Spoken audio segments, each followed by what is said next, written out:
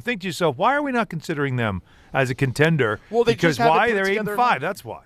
Yeah, exactly. Because for whatever reason, throughout this year, they have moments like they had last night. They had moments like they had against Washington. They have these games where you're like, oh yeah, this is the team that's been the Detroit Lions of the past 2 or 3 seasons. Yep. And then there are these other games where they just are not that team. But right. I agree, Alan. If they are that team, and the problem is now they run into one major issue. With 5 losses, they are not going to be able to get home field advantage. And home field advantage to me, Don, with this Detroit team is a big deal. Now, granted, they lost to Green Bay at home. That's a rivalry game on Thanksgiving. Right. But in general, the reason I started the show getting the pick right before I decided to get it wrong, part of it was that you love Detroit at home, right? And they won't have that in a championship game this year in all likelihood. Oh, they might not even make the playoffs. We'll see. But everybody's talking up Chicago and Green Bay, and they're playing each other this week, so they'll catch a break with one of those 2 teams losing. But they're the kind of the afterthought in that division because everybody talked about the Packers to start the year, and now everybody's talking about the Bears now. So the Lions are kind of laying in wait, but they did what they had to do. You know, they didn't look great against the Giants, but they did what they had to do. They had to win the game, but they've kind of become the Bills of the NFC, where we keep asking the question, why can't they get over the hump? The Bills, well, they just can't get by Kansas City. Detroit, well, it was San Francisco that knocked them out. Last year it was Washington that knocked them out. Now they look like they've taken a step back and somebody else is going to win the division, kind of like the Bills. So it kind of focuses back on the coach. You know, is there something that Dan Campbell, because we talk about how great he is and how he's turned that whole program around, but is he someone that can lead them to the promised land? He can get talent, he can motivate them, but at some point, he's got to get him there, and he hasn't gotten him there yet. And when he did have that opportunity in San Francisco, and it was his decision that cost them a chance to go to the Super Bowl, and they haven't gotten back there since. So I know we talked about Campbell as a successful coach, Peter. Sure. But is he really? He's successful at getting Detroit relevant, just like McDermott was relevant, gets respect for making the Bills on the cusp. But are they good enough coaches to get them to where they need to be? And this is the year where it was open. You know, that's the part that's tough. You got it. They're sitting there right now, just on the outside looking in. But don't look now. They have a match at the Rams next week. The Rams, by the way, back-to-back have Detroit and Seattle. So there is a world in which the Rams could still get to 5 losses. And if you're Detroit and you beat the Rams for one of those losses, you could end up finishing this thing at 5 losses with a head-to-head win over the Rams. So as much as we can get sure we know something in 1 week, guys, and right now we sit here on December 5th going, oh, I'll tell you what, I see the Rams. They only have 3 losses. We still have – most of these teams still have 5 games left. Yeah. And I don't know that it sticks this way. Chicago 1, Rams 2, Eagles 3, Detroit on the outside. How could you be sure it stays that way? Yeah, you know, one thing I do know. What do you know?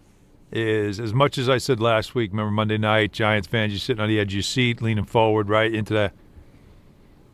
I got to be honest. I'm going to be working because the Knicks play at noon on Sunday. But I'll be as invested as I possibly can. So I can't pretend I'm going to be at the edge of my seat because I'm going to be covering a game. But Dolphins-Jets, I don't care what the records are. I don't care. You guys know how I feel about the Dolphins. You know, understand that the history for me as a Jets fan started with the Mud Bowl. Okay, that was my first depressing fan experience. I never really had one until that. I mean, I was a Yankees fan. Then I was an Islanders fan. Yeah. All I saw was winning.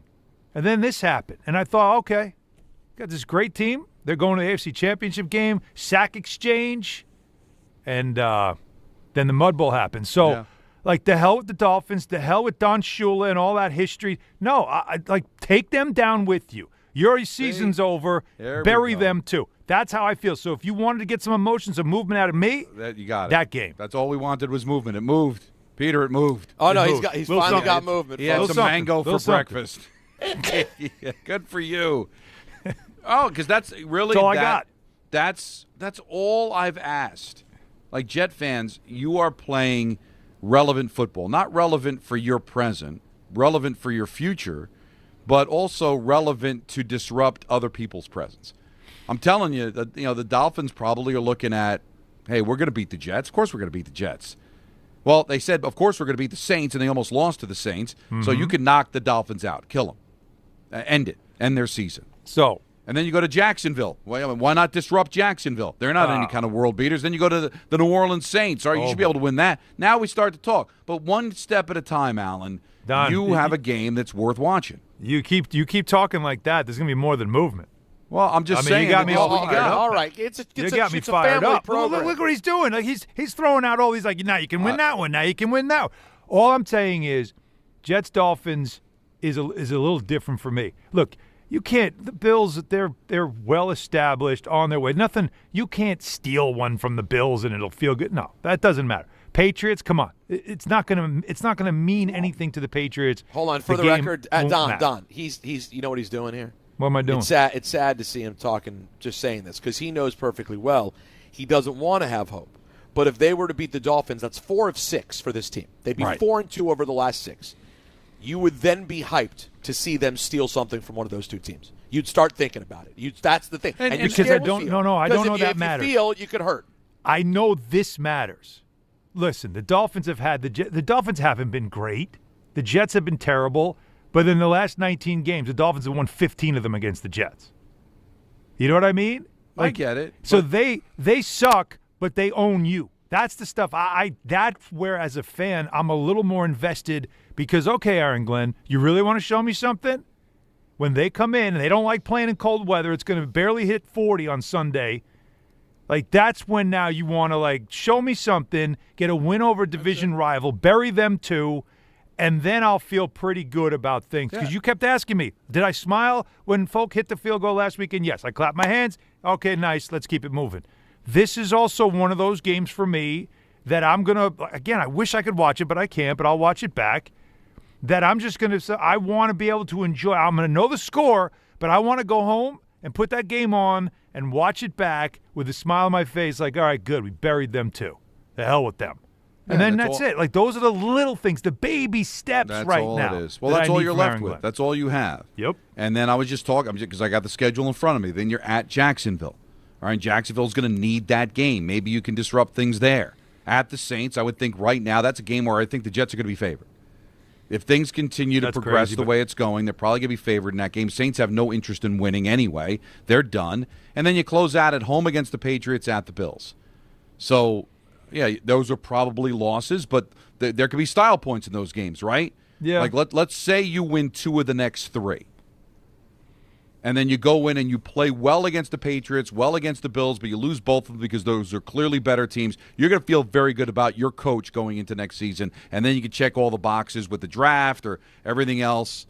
Yeah. I think that's why you're hyped for this game. Kyler Murray is officially done in Arizona. Oh, boy. As far as this season, and probably done for his career. We talked about Kyler Murray as somebody that maybe could be that bridge quarterback. Maybe at this rate, guys, he might be somebody that just flat out gets released by the Cardinals. We don't know how it's going to go down.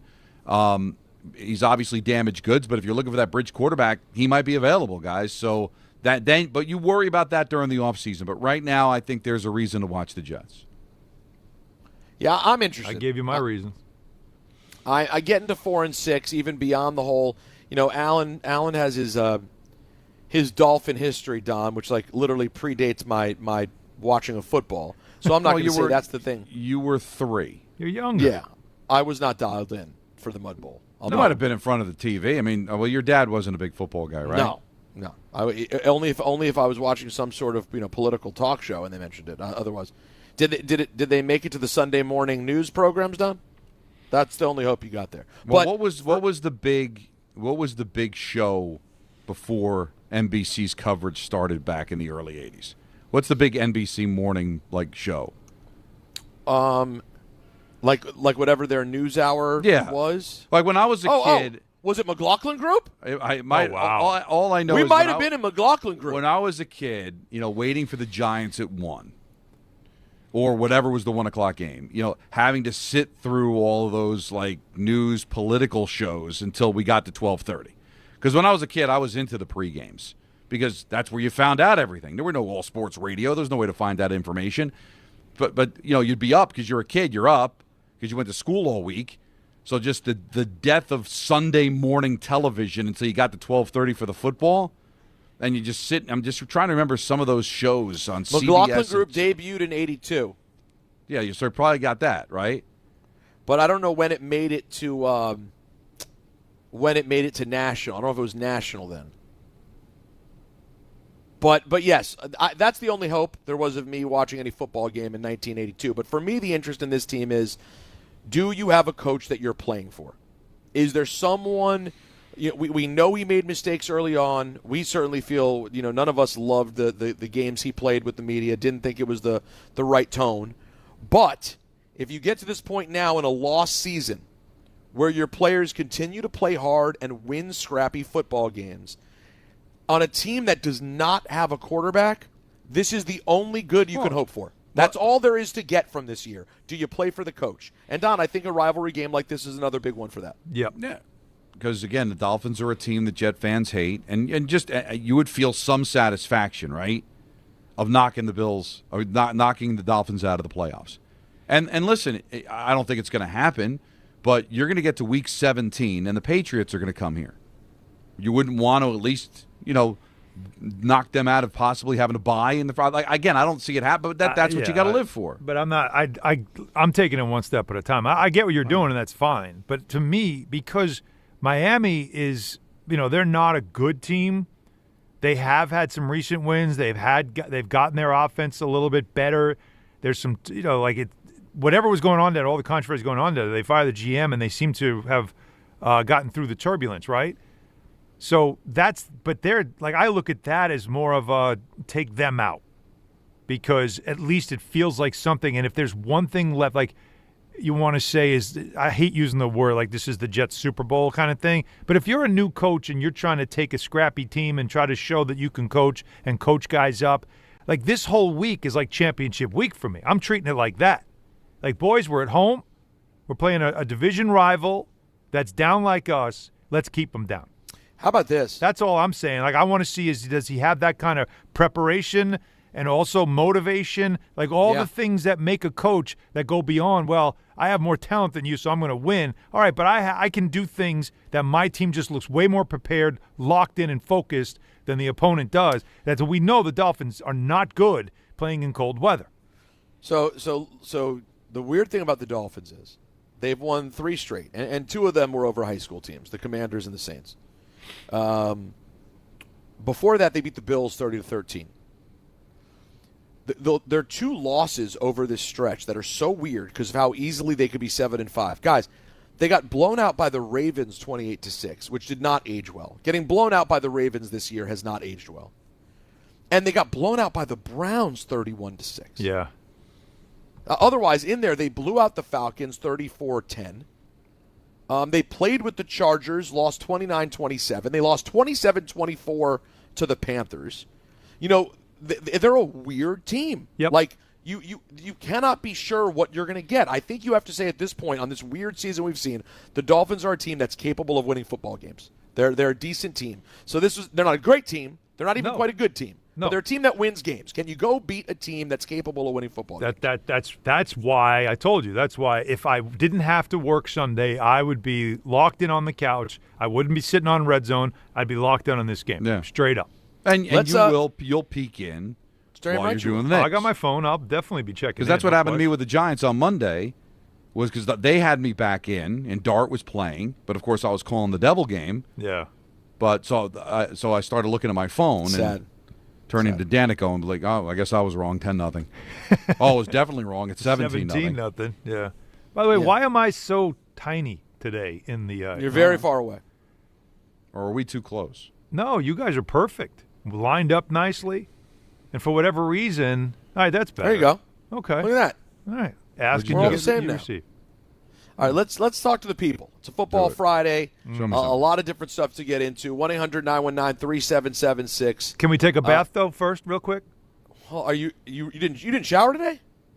Well, I showered, but I think we all collectively might want to take a bath. Wait for the splash. You know what I mean? Yeah, sure. Because my friends at Bath Mitter. What's Bath Mitter? Bath Mitter is like when it's cold out. you just put them right on your hands. Keeps your I hands was warm. going to say, just if for some reason you want to take a bath but keep your hands dirty. Yeah, like The bath emitter.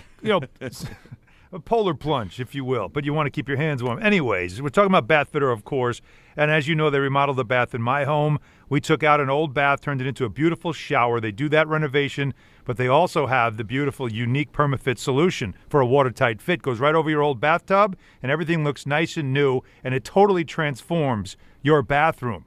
Right now, they have no money down, no payments, no interest for 18 months. No interest until April of 2027. They also have a great sale that they're going on right now. You can save up to $800 on a complete bath fitter system.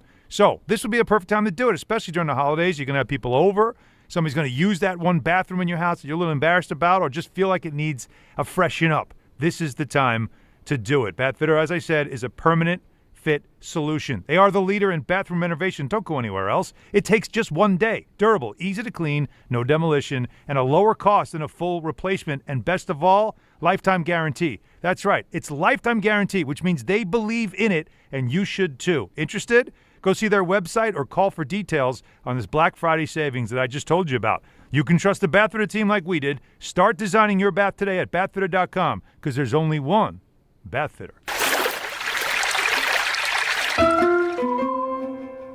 Well done. Yeah, I love what you did there. I feel like I want to take a bath now. I feel cleaner. Everyone feels clean because of the whole thing, the whole bath fitter and bath mitter situation. Let's get started with Gil in the truck. I don't see my bill. There we go. Gil, how are you doing, buddy? Hey, what's up, Petey? Petey, Yo. I got to run this by you. Don, what's up, Don? What's up, Hahn? What's Hahn, up? you are not right. And I'm going to tell you why. Petey, yesterday you let all the listeners know your perfect philosophy on not picking the Cowboys. Yep. You said it was a sucker bet. You said all the right things, bro. And then you let Hahn talk you out. And look at Hahn now. Look over, Petey. Hahn got a big smile on his face. I see it. I see his big dumb grin. Of a 3-point play, Petey. A 3-point play. How did you let Hahn talk you out of the perfect philosophy that you had? You got to explain that one to me, Petey. I'm going to let you guys go. Explain. Cocaine is a hell of a drug. No, honestly, greed, wanting to get points. I should have. I laid it all out there why Detroit was right. If once Allen went with 2 with Detroit, if I wanted to gain on him, I should have just picked 3 and went with Detroit. And then I still could have gained on him. That would have been the move, man. That would have been the move. Instead, in my greed, I went, I can see the Cowboys winning. Let me roll the dice. But you have to make decisions like that. You're so far behind. I can't. But I'm not that far behind. What he just said, though, Don, is a way better strategy, though. That would have been a way better strategy. And going with your actual heart. Your Your smart, your brain. No, not going with your heart. Going with your brain. I would have been going with my brain, and instead, I said, let me just throw up a Hail Mary. And then I'm sitting here watching, Dallas turn over the ball in the first drive of the second half. And that was bad. There's never a hope they could stop Detroit. At no point. But when they got it to a 3-point deficit, I'm like, I'm going to get screwed by the hook, aren't I? I was mad. Stephanie was asleep, and I just kept waking her up going, watch, look at this. Watch what's going to happen. Watch. I'm sure she cared deeply. So mad. She did not care at all. Sure that's she why was you mad were at me. broke. But I had to tell somebody because nobody was responding on the group chat. Way to go, boys. Made me feel lonely. The group chat was quiet. Listen, I'm in a tough spot right now. I'm still watching games on iPads and phones right now. You're in boxes. I get it. And Don had parent-teacher night. I'm not blaming you guys. I'm more blaming Jake and Anthony. The parent-teacher night was the problem with that was that then we had to work on the kids' homework. And today is their birthday, so happy birthday to the twins. They turned 8 today. Oh, my. Bury the lead. 8. So 8? Yes, they're Amazing. 8 years old today. So we had a lot of rapping and stuff for so it was rough, and so I apologize. But I did go to bed. What was the score when I went to bed? It was 30-19. 30-19 Lions, and then I checked on the score on the Alexa, and I heard that it was that they lost the game. But no, so I'm sorry. I'm usually don't be sorry. It's not about you. I thought Peter would be talking trash when they cut it to 3. No. He didn't, and Anthony and Jake. It never felt good. Out. I thought about it. I thought about it in that moment, and then I went, I don't feel good about this. I don't want to get involved in this. No one wants to be involved in trash talk when you know you're going to lose. Do we have the drop from yesterday of Peter saying, how about them Cowboys at the end of the show? He did say that. Yeah. What about the drop the day before Thanksgiving, the For Your Ace drop, when I went, we never heard that back. That moment when I decided to go heads up against Allen on Thanksgiving for your ace. We never – did that die that day before Thanksgiving? I don't know. Is that? I don't think you said something? For your ace, though. I think the problem is you said in, and we probably shouldn't run that again. Oh, that's what it was. Yeah. It got dumped, but it made YouTube. But then I cleaned it up. I said it again just for posterity's sake, but it died. All right, we'll stay with last night for a moment. Let's go to Nick in Westwood. What's up, Nick? Hey, guys. I just want to make 2 points about last night's game. So the first point being that, the special teams played a really factor into that game. The Lions got the ball at the 45-plus every time. They kicked it off, and they returned it to the 45 every time. A pass over the middle, they were in field goal range right away. Mm-hmm. And the other thing I want to talk about is this defense. The first 2 drives, they were getting pressures on Jared Goff, and you saw him spiking the ball into the ground. And then after that, Eberflus is awful, giving up 40 points a game every week, and they can't even get pressure on them. Yeah, I wonder, Schottenheimer's been good there, but I do think Eberflus probably will be out. It's been bad. One and done? It's been bad. Now, you could, what do you blame? The secondary's not good. But he's right. It has been bad. But Secondary's the young, Lions though. also just don't lose back-to-back. And we talk about coaching. Like, Dan Campbell has done I know what you said earlier, though, and that this does happen, and we're seeing it more and more. There's coaches that can take you from the absolute suck and make you relevant and make you competitive, but are they good enough to take you from suck to champion? And Dan Campbell has taken them out of the suck, and they have become perennially a really good team. Last year they were fantastic. But they had they again, laid an egg in the playoffs to the Commanders at home of all places. And this year they have been good, not great. But one thing you got to say, they don't lose consecutive games. There was a lot of little things about why I wanted to believe in the Lions last night, and that was one of them. I think it's like 15 straight that they have won after a loss under Dan Campbell. That's a great underrated stat. That's really telling. What does that tell you, right? They don't really stay in it. Like, if they lose a game, they quickly recover and they get right back to it. And it can't be because, they just play a bad team next. No. Like, that says a lot about coaching there. Well, it also helps if on the other side of the ball you have Eberflus. All right, we take a quick break. 1-800-919-3776. Football Friday, so whatever football you got on deck, we're down to talk about it. Jets with a game that actually has Allen somewhat interested this weekend. Oh, yeah. A lot to do here on a Friday. It's Don, Hahn, and Rosenberg on ESPN New York. Listen up, New York. It's football season, and you should be out there enjoying every play, every tailgate, every moment. But if you're dealing with neck pain, back pain, joint pain, or sciatica, even getting off the couch can feel like a challenge. That's where Dr. Jay Shaw at Sandwell Pain comes in. He's one of New Jersey's top pain specialists, Ivy League trained, double board certified, and dedicated to getting you back in the game. Here's the difference. No surgery, no scars, no long recovery, no pain medication. Just precise, non-surgical, image-guided procedures that get real results. Dr. Shaw treats everything from neck pain, back pain, migraines, nerve pain, and chronic joint pain. And he builds a custom game plan that's right for you. Same-day or next-day appointments are available with offices in Woodbridge, Livingston, and Inglewood. And yes, most major insurances are accepted. So don't let pain keep you on the sidelines this season. Go to SandwellPain.com to call, text, or book online. Relief is closer than you think, and it starts today. Whether you're shopping, gaming, or streaming this Black Friday season, don't take slow for an answer. Get Optimum Fiber for the fastest, most reliable, and most consistent internet speeds, starting at $25 a month. Call 888-4OPTIMUM or visit Optimum.com to switch. Act now and get a full year of Netflix, an unlimited mobile line, a $400 prepaid card, and more, all on us. Call 888-4OPTIMUM or visit Optimum.com today. Optimum, don't take slow for an answer. Terms apply. See Optimum.com for details. Gotham City football is coming. Be at MetLife Stadium for Week 14 as the New York Jets face the Miami Dolphins for the team's first ever rivalries game on Sunday, December 7th at 1 p.m., presented by Avery Dennison.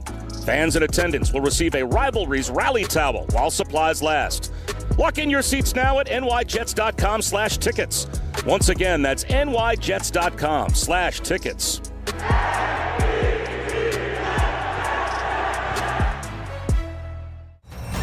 ESPN New York is throwing a holiday party you don't want to miss. Join us Friday, December 12th at your mother's house in Garden City Park. We'll be broadcasting the Michael K. Show live from 1 to 3, followed by Don, Hahn, and Rosenberg from 3 to 7, all while supporting a great cause. Bring a toy to benefit the Garden of Dreams Foundation and help make the season brighter for local kids in need.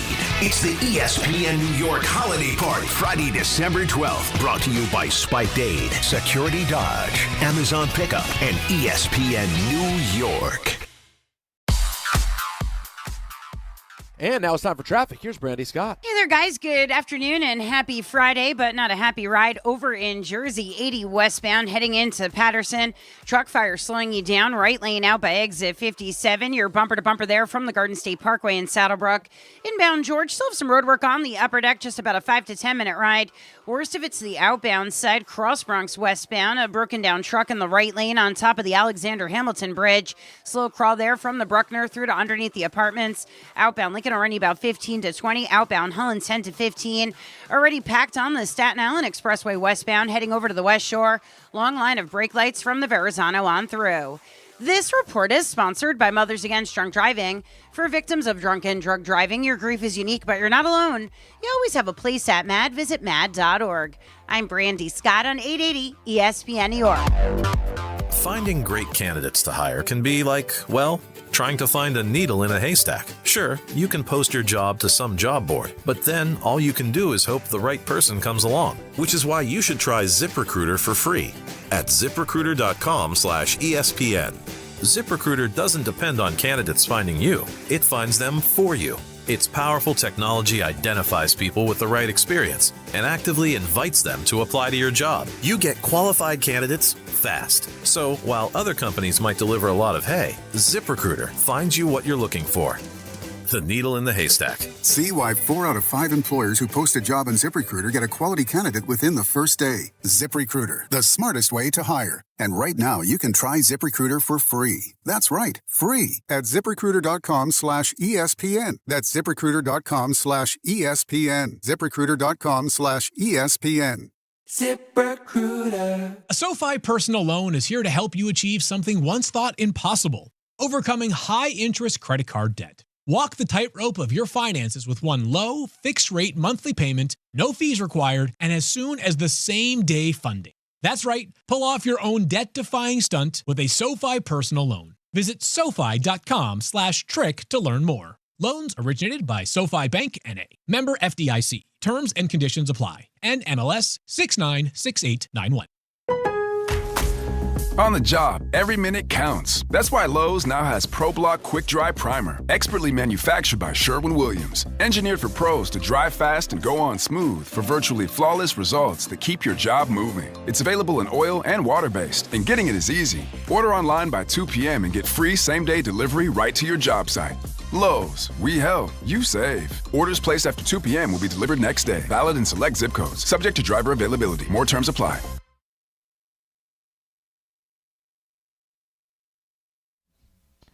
Yeah, Don, Hahn, and Rosenberg on a chilly Friday here in the Tri-State, talking some football. They are still doing that, apparently. However, not only do they do the football, guys, they also do a little thing called Game Time. Brought to you by Tullamore Dew Irish Whiskey, because when it's game time, it's Tully time. It's Tully time. The Knicks and the Yaz, and Yaz Flute, coverage immediately following us right here on 880 at 7 o'clock. The Devils and the Golden Knights in Jersey at 7 with Donnie Pucks on the call, or Don Pucks, depending. Tullamore Dew, the original triple distilled, triple blended, and triple cast matured Irish whiskey.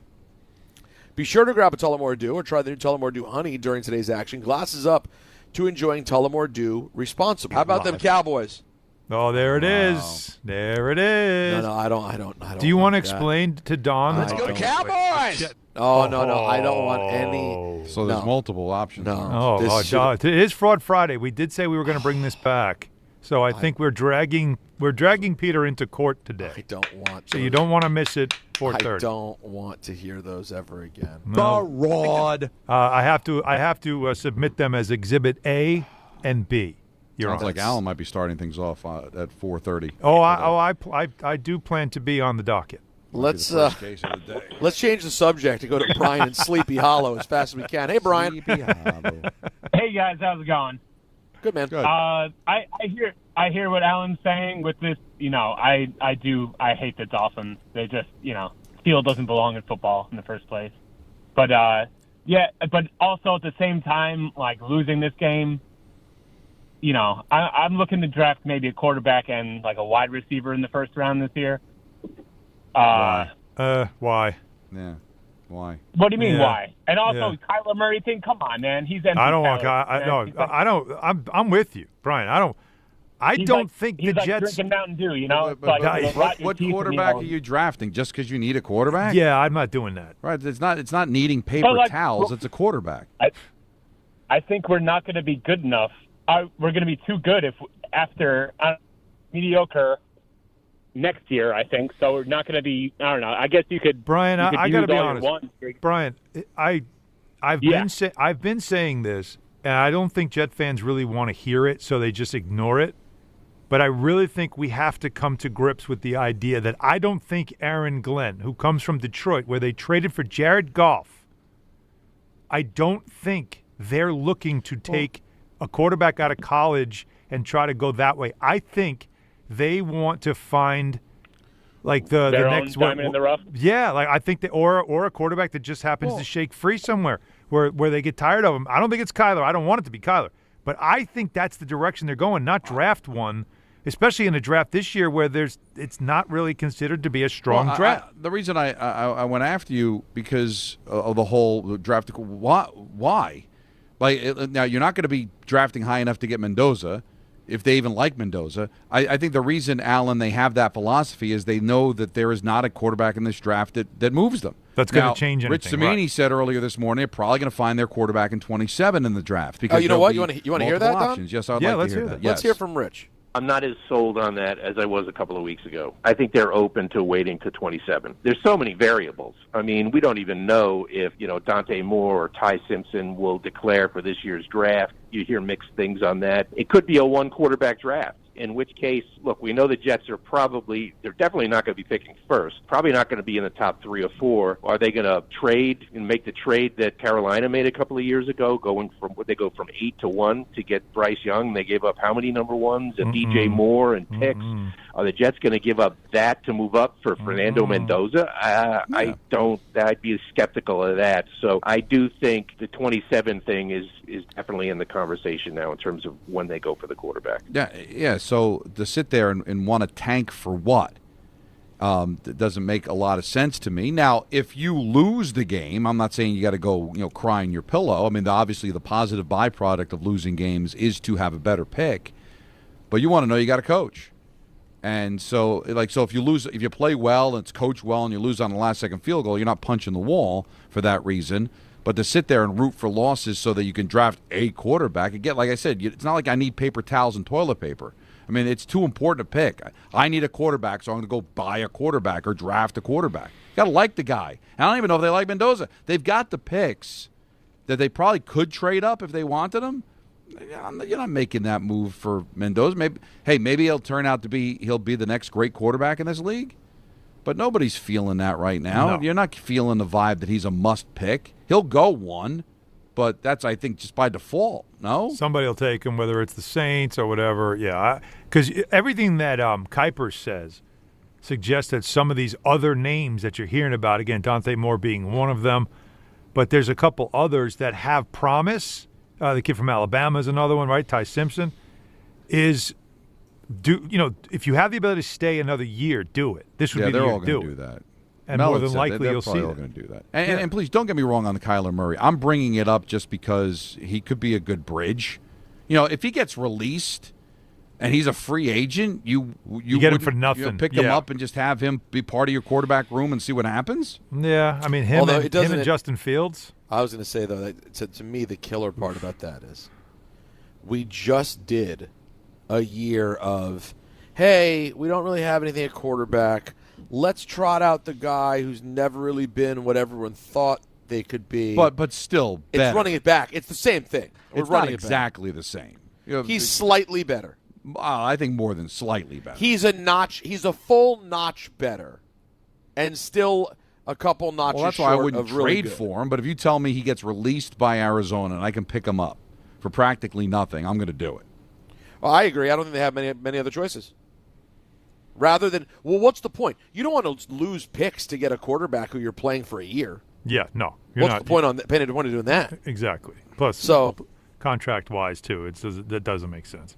Let me look at these Kyler Murray stats. They've got to find – we all know they got to find a quarterback. I just don't feel like you're just going to close your eyes and just, reach in the dark and hope you find one. Like, you've got to have a plan. And I'm telling you, Glenn comes from Detroit. They had a plan. And their plan was that Stafford didn't want to be here anymore. And the Rams didn't want Jared Goff anymore. And that was the number one pick that did quarterback a team to the Super Bowl. And he's still young. And they got him. And it's worked out really well. He's really rejuvenated his career there. Because it looked like between him and McVay, McVay wasn't even talking to him at the end there in L.A. So they did turn him into something very useful while also building up around him using draft picks instead of using a draft pick or even draft capital on a quarterback that now you got to wait a couple of years to hope that he develops into something. I haven't done the work, but a great top 5 would be top 5 best trades that worked for both teams. Without doing the work, it feels like that Lion-Rams deal would be in the top 5. Oh, it's a beauty. You got the Rams a Super Bowl. Yeah. It made the Lions relevant again. Yep. And maybe they get to a Super Bowl with Goff. How many other trades do you see work out that well for both teams? I can't think of what's better. In the NFL, better. You almost never. Well, because you don't see a lot of trades in the NFL. But really any sport where both teams are like, yeah, I'd do it again. It was great. That is so unusual. Like there's always a winner and a loser in every deal. Now, listen, and I guess you could say the Lions were the loser because they haven't won yet, but I'm sure they're very happy where they are, much better than they were with Stafford ever, and the Rams got over the hump. Now, the thing is, though, it's pretty hard to picture the Lions not winning with Stafford and St. Brown and Gibbs and all the other things they've put in place here. So you think it would have happened anyway? Well, that's not how life works, right? So we can't really analyze it that way. You don't know. Maybe just it needed to happen. So maybe it just needed to happen. But, yeah, I do think Stafford on this team would still be very good. But there is something about Stafford's – Remember the Lions – hang on. The Lions got 2 firsts in that trade, though. What did they become? That's the question. I'd have to look it up. The 22 and 23 firsts. So – They got Jameson Williams as well. Jameson Williams. They did let me see. Let's see. I think there's a breakdown. They got Jahmyr Gibbs. Oh, yeah. Okay, there you go. And they got Jameson Williams. Yeah. So, it couldn't have happened. No. This is all how it had to happen. Yeah. That's why that's such a smart. Yeah, I'm just looking at now because there is a little graphic of the players and who they got. That move worked so well. Because a player who didn't want to be there anymore, and you wanted to do right by him, because Stafford was a great Detroit Lion. Let's be honest. Oh yeah. But you got picks, and you got a very usable quarterback that had success and was still young. Boy, if the Jets could find something like that, they just don't have a Stafford to trade for him, of course. But you could argue they got 2 picks for Sauce Gardner, so there's your 2, right? There's your 2 firsts. But they got to find the quarterback now, and I think they want to get a vet because. In Detroit, it turned faster because they had a vet. They didn't have to wait on a young quarterback. You can wait on a young wide receiver, a young running back. They hit early a lot of times. Quarterbacks rarely do. Let's go back to the people. 1-800-919-3776. We'll go back to the Jets for a moment. Go to Danny in Centerport. Hey, Danny. Hey, guys. Thank you as always for taking the call. I appreciate it. Couple of quick points. But, Don, I can't believe that your twins are 8 years old, man. That's mind-blowing to me. That feels like a second. Happy birthday. Well, and thank you. Yeah, it's mind-blowing to me, too. And I did talk about that whole idea that Alan had about him declaring his fandom. Okay. But they're coming to the game tonight, so they're going to be in transit. So we'll work that out at some point. But All right. He's got his Jesper Bratt jersey today, so I think he's already declared Devils. Well, that has to be that way. That's blood in the ground. One. Right, Peter? That's blood in the ground. That's blood. He's got blood in the ground. That's right. I'm sorry, continue. But thank you for the well wishes. Of course. So, 2 quick points. First off, I had a friend of mine after I spoke to you guys yesterday call me and tell me, dude, you sound like a psychopath about, backing Glenn. So I just wanted to be clear here.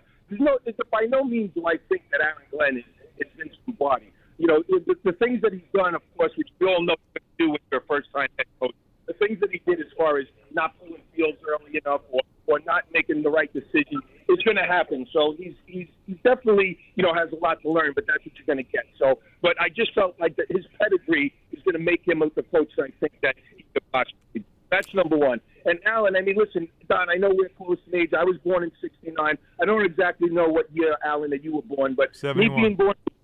All right, so I was born in 69. So my heartbreak was just like you, and I can't believe you referenced. My first gut-wrenching heartbreak was sitting in my aunt and uncle's living room by myself watching the Mud Bowl, on a hardwood floor with my legs crossed, sitting 3 inches in front of the TV, just couldn't believe what I was watching. And since that day, it's probably been nothing but heartache for the most part. But that has made me the Dolphin hater for the last almost 40 years at this point of being a Dolphin hater. So there's no other team that I hate more than the Dolphins. The Bills aren't that far behind from 2015.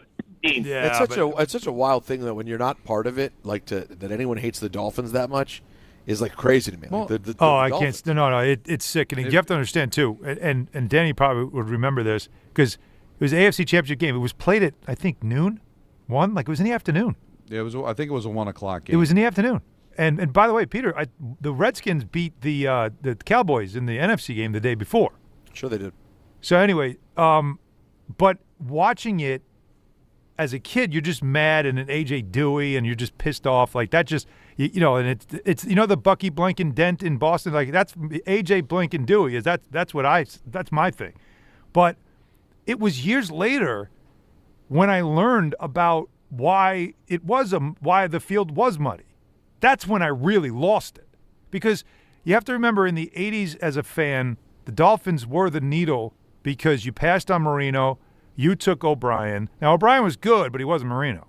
And Marino always seemed to find ways to just, there was always a big game, and he would always find a way where you just knew he was going to do something, and that became frustrating. But it wasn't until later on in life, as I got older, and I would talk a lot about the Mud Bowl as a pain thing, and I finally did the research, and I found out that how it went down. Yeah. That Shula told him, no, don't put the tarp on there because they had Freeman McNeil, and we don't want him having any traction because they would have run roughshod over the Dolphins, and so the field was literally unplayable. How the NFL, that doesn't make sense to me. I don't want to go on a tangent, but how a professional sports league could allow that to happen in a championship game is beyond me. It makes no sense. They would never do that today. So it's this. I can see that the pain every time we talk about it. The pain just starts to come out of Allen, and I'm not saying I'm enjoying it, Don. I was just a mere child, but it is remarkable to see. And now you're waking the Jets fans up. The phone line's filling up with Jets fans. 1-800-919-3776. A lot more other football stuff to get into. ENN at 6 o'clock. Fraud Friday is coming up at 4:30 as we roll into the weekend right here on Don Hahn and Rosenberg. The holidays are here, and Amazon Pickup is your MVP of package pickup. Need that perfect gift like a brand new jersey for the big game? With Amazon Pickup, you can grab your order from secure Amazon lockers or counters near you on your schedule at no extra cost. It's fast, it's easy, and it keeps your holiday surprises tucked safely away. So whether you're running from work or heading to the holiday party, Amazon Pickup makes holiday shopping worry-free. Find your nearest Amazon Pickup location at amazon.com/pickupmvp. That's amazon.com/pickupmvp. FanDuel Friday is turning it up with NBA Happy Hour. Every Friday from 6 to 7:30 p.m. Eastern, FanDuel is dropping limited-time specials to get you in the zone. Boosts, bonuses, surprises, all designed to bring that Friday energy. This isn't just another promo, it's your weekly pregame. NBA Happy Hour every Friday, 6 to 7:30 Eastern. FanDuel is dropping limited-time specials to get you in the zone. Boosts, bonuses, surprises, all designed to bring that Friday energy. Only on FanDuel, official sportsbook partner of the NBA. Visit FanDuel.com/Peter to grab your reward before the clock expires. 21 or over and physically present in New York. Opt-in required. Rewards are non-withdrawable. Restrictions apply, including bonus and token expiration. Leg requirements and max wager amounts. See terms at sportsbook.fanduel.com. For help with the gambling problem, call 877-8-HOPE-NY or text HOPE-NY 467-369. Are you ready to make a difference for the environment while helping the visually impaired at the same time? Then donate your vehicle to Heritage for the Blind today by calling 1-800-983-6530. Every donated vehicle will either be properly recycled in an eco-friendly manner or given a new life through reuse. Donating your vehicle is easy. Simply call 1-800-983-6530 and Heritage for the Blind will do the rest. They'll even arrange for your vehicle to be picked up at no cost to you. And for a limited time, when you donate your car, you'll receive a $200 restaurant voucher and a 2-night, 3-day hotel stay at one of 50 locations. Call 1-800-983-6530 right now to schedule your vehicle donation and make a positive impact on the environment while helping others. Heritage for the Blind, where every car donation counts and every person makes a difference. Call 1-800-983-6530 now. This advertisement is paid for by Heritage for the Blind. Hey, I'm Mike Slater. My dad passed away at the age of 63. It's out of nowhere. Had a stroke. Super hard, obviously, for the whole family, but my dad had life insurance. This is why I have life insurance for my family, for my wife and 4 kids. And the best place to get life insurance is ethos.com because you can do it in 10 minutes. And there's no medical exam and no blood test, just a few health questions. Get life insurance in 10 minutes so your family is protected. Ethos, E-T-H-O-S, ethos.com/play. Coach Saban here, and let me tell you, every second matters. Preparation is everything, and that's why I trust Kidde Smoke Alarms. And as North America's #1 home fire safety brand, they're built to respond over 25% faster to smoke detection. Kidde helps protect what matters the most. Find it at the Home Depot. How doers get more done. #1 claim based on total household installations as of December 2023. 29% faster average smoke detection based on internal testing of smoldering wood fires for Kidde 9th edition versus leading competitor 8th edition products. You live for this. The wins, the losses, the slam dunks, and the buzzer beaters. The dream that this is your team's year. Hope. It's what keeps you coming back. So you represent with anticipation and with pride. Because when everything's on the line, your support means everything. That's why the NBA store is here to support you. Check out the largest selection of official NBA gear at NBAstore.com. A Fanatics experience.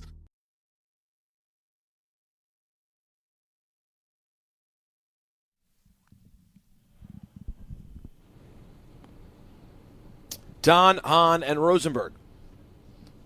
Happy Friday, everyone. Football Friday to you and me. At least for Jets fans. Although, guys, listen, the Giants may not be playing this week, but they're apparently very involved in football. I don't know if I recall another time in history in which during a bye week, 2 of the 3 quarterbacks on a football team both have jobs on competing television networks. Russell Wilson and Jameis Winston, both doing TV for CBS and Fox. Which one sounds like the must listen? 0. Wow. You're going neither? A blank wall. I mean, boy. There is. I don't know if I can even put into words how completely disinterested I was by that news. Please tell me why. Completely disinterested. I really have zero interest to hear what either of the two of them have to say about football. Maybe Winston a little bit just because he's kind of funny. And it's not like I dislike them. I just don't care. I really don't.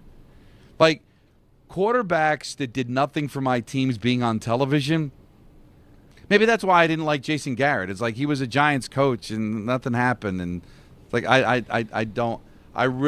Russell Wilson's going to tell me what he thinks, don't care. Jameis Winston, you know what, honestly, don't care. There's no hate.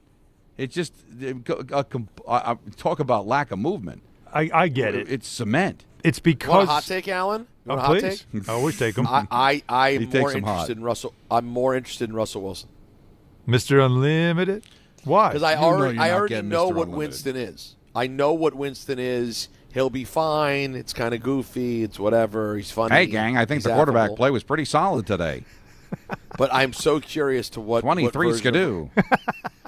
Will Russell Wilson drop a 23 skidoo?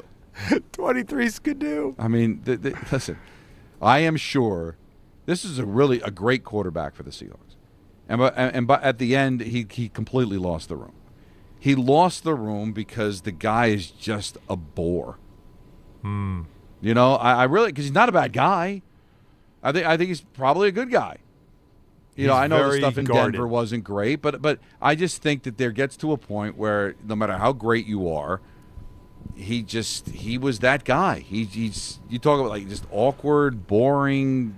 Well, he's very guarded, Don. Like that's been the knock on him, is that you don't really ever get his. But then he drops it with the Mr. Unlimited, and you'll see it. Well, if Sierra was with him, maybe we'd get a little more personality out of him, because he seems to have more. But personality that's not even his real her. personality either. Like everything's performative. That's with Russell. that's an the act. issue.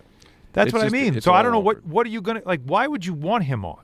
Because you already know what he is. Like I can't imagine he's going to be informative, critical, insightful. Although maybe being a nerdy like football commentary guy is where he shines. Who knows? Well, maybe We're going to find out. Listen, but Don Jameis, won't because he's not watching. But Winston, I get the appeal, right, from Fox. They're like, oh, listen, he's got a bit of a personality. Oh, he'll be hilarious. He'll be funny. I could, but I don't. Other than just being a big name. It is weird, though. You never know what's going to do well. Like, for example, I know a lot of people are not a fan of his personality on social media or other stuff that he does. But I'll tell you the truth, guys. In my opinion, in the booth, Robert Griffin III is very, very good when he does college football in the booth. Some people just fit in a certain spot, especially if it's about the sport, and that's the thing they know and love the most. You know, like, I don't know, Greg Olsen. I can't imagine his personality ever would have jumped off the page and I would have thought that much of it. But then people loved him doing games. You just never know. But when I see, the release yesterday, I guess Anthony sent it to us, I would think the reaction was overwhelmingly negative, right? I mean, I can't imagine people were like, oh, this is going to be awesome. So, what's the motivation to do it? Does it lend to credibility that you have current quarterbacks working? Are they trying to find that, lightning in a bottle? Don, we never know. Don, these are people who pay Tom Brady $30 million a year, but you could have a goldfish call the game. But the business of it never makes sense to us. We never get it. Listen, the money doesn't make sense to me. But Tony Romo, former quarterback of the Dallas Cowboys, I get that. Tom Brady, who's won 7 Super Bowls, I get that. If you got Russell Wilson right out of Seattle, maybe I'd get it. But Russell Wilson after Pittsburgh and New York and has done really nothing. And don't forget Denver. All right, here's the reaction. You want to get some reaction? Denver. I'll give you some reaction to the tweet that got 2.4 million views, by the way, saying that he'll be on CBS. Because it's football. Securing yet another check. Not mad at it. Looks like he's testing the waters. Someone's getting ready for life after football. It's his stepping stone to retirement. Dude's getting a foot in the door now that he is washed. This will be his job next year. Bored vibes. But I know. But these tweets are all answering why Russell would want to do it. I think we all get that. To Don's point, why would the network though think they're getting a lot with Russell Wilson? That's sort of the. I mean, his name's pretty good, but let's ride. Exactly. Let's ride. Let's close out the hour with a call. Phone lines jammed. Let's go to Billy in the truck. What's up, Billy? Hey guys, what's going on? I was listening to what you're saying with Stafford and Goff, and like I don't know what it is, but like to me it's just one of those trades that I always get confused. Like I always got to double think. Like wait, Stafford's on the Rams. Like so the question is I got for you is. When it's all said and done, how do you think Stafford's going to be remembered? Is it be a Ram or a Lion? When we're 10, 15 years when we're talking about it. I had That's a terrific question. I was having this mental debate when the subject first came up. I was already thinking about this. I'll say this. If he wins another one, it's over, Billy. It's over. 100%. Yeah, I was just going to say that. Yep. Yeah. So if he doesn't win another one, and he were to retire next year, even though the Super Bowl thing was a big deal, guys, there's still a chance that over time he becomes a Lion. I could see it. But if he wins another one this year, Don, you're a 2-time Super Bowl champ with the Rams. How has he ever thought of anything else? I'm trying to think of a comp because he'll never play as long in L.A. as he did in Detroit. Correct. I'm like... He was in Detroit, for people who forgot, from 2009 through 2020. Yeah, that's a long time. That's over a decade.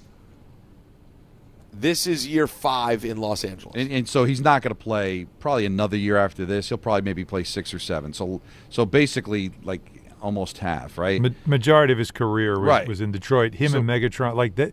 You got to think, he was also somebody that you would say, you got to get him out of Detroit, right? Like you knew how good he was, and they were just so poorly run and poorly coached.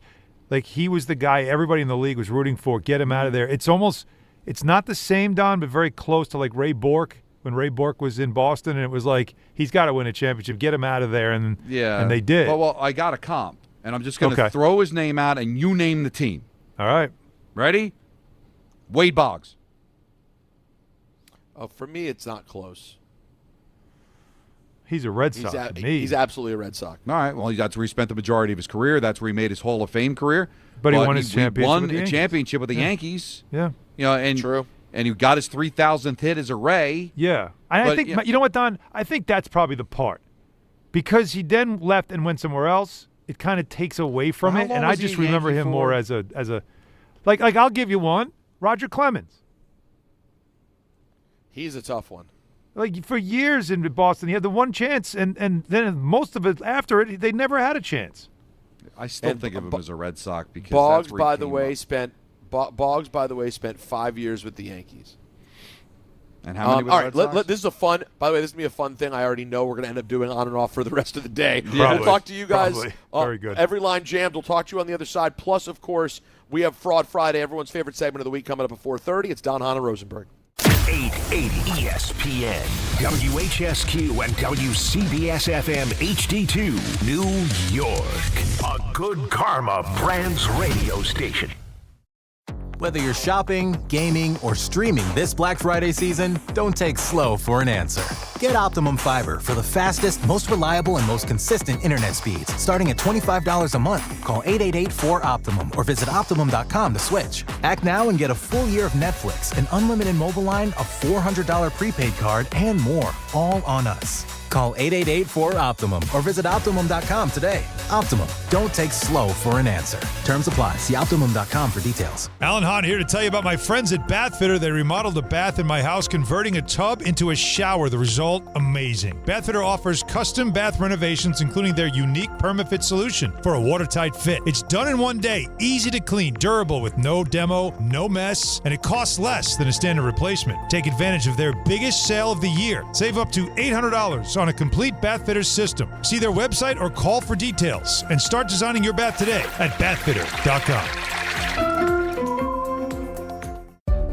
New York Presbyterian treats more heart patients than any other hospital in New York. From common to complex conditions, our cardiologists and heart surgeons are pioneers in advanced heart care, leading the way in minimally invasive treatments for faster recovery times. Find a doctor at nyp.org/heart. Stay amazing. New York Presbyterian. New York Presbyterian Hospital based on U.S. News and World Report 2025 to 2026 Cardiology, Heart, and Vascular Surgery Rankings. Bet 365.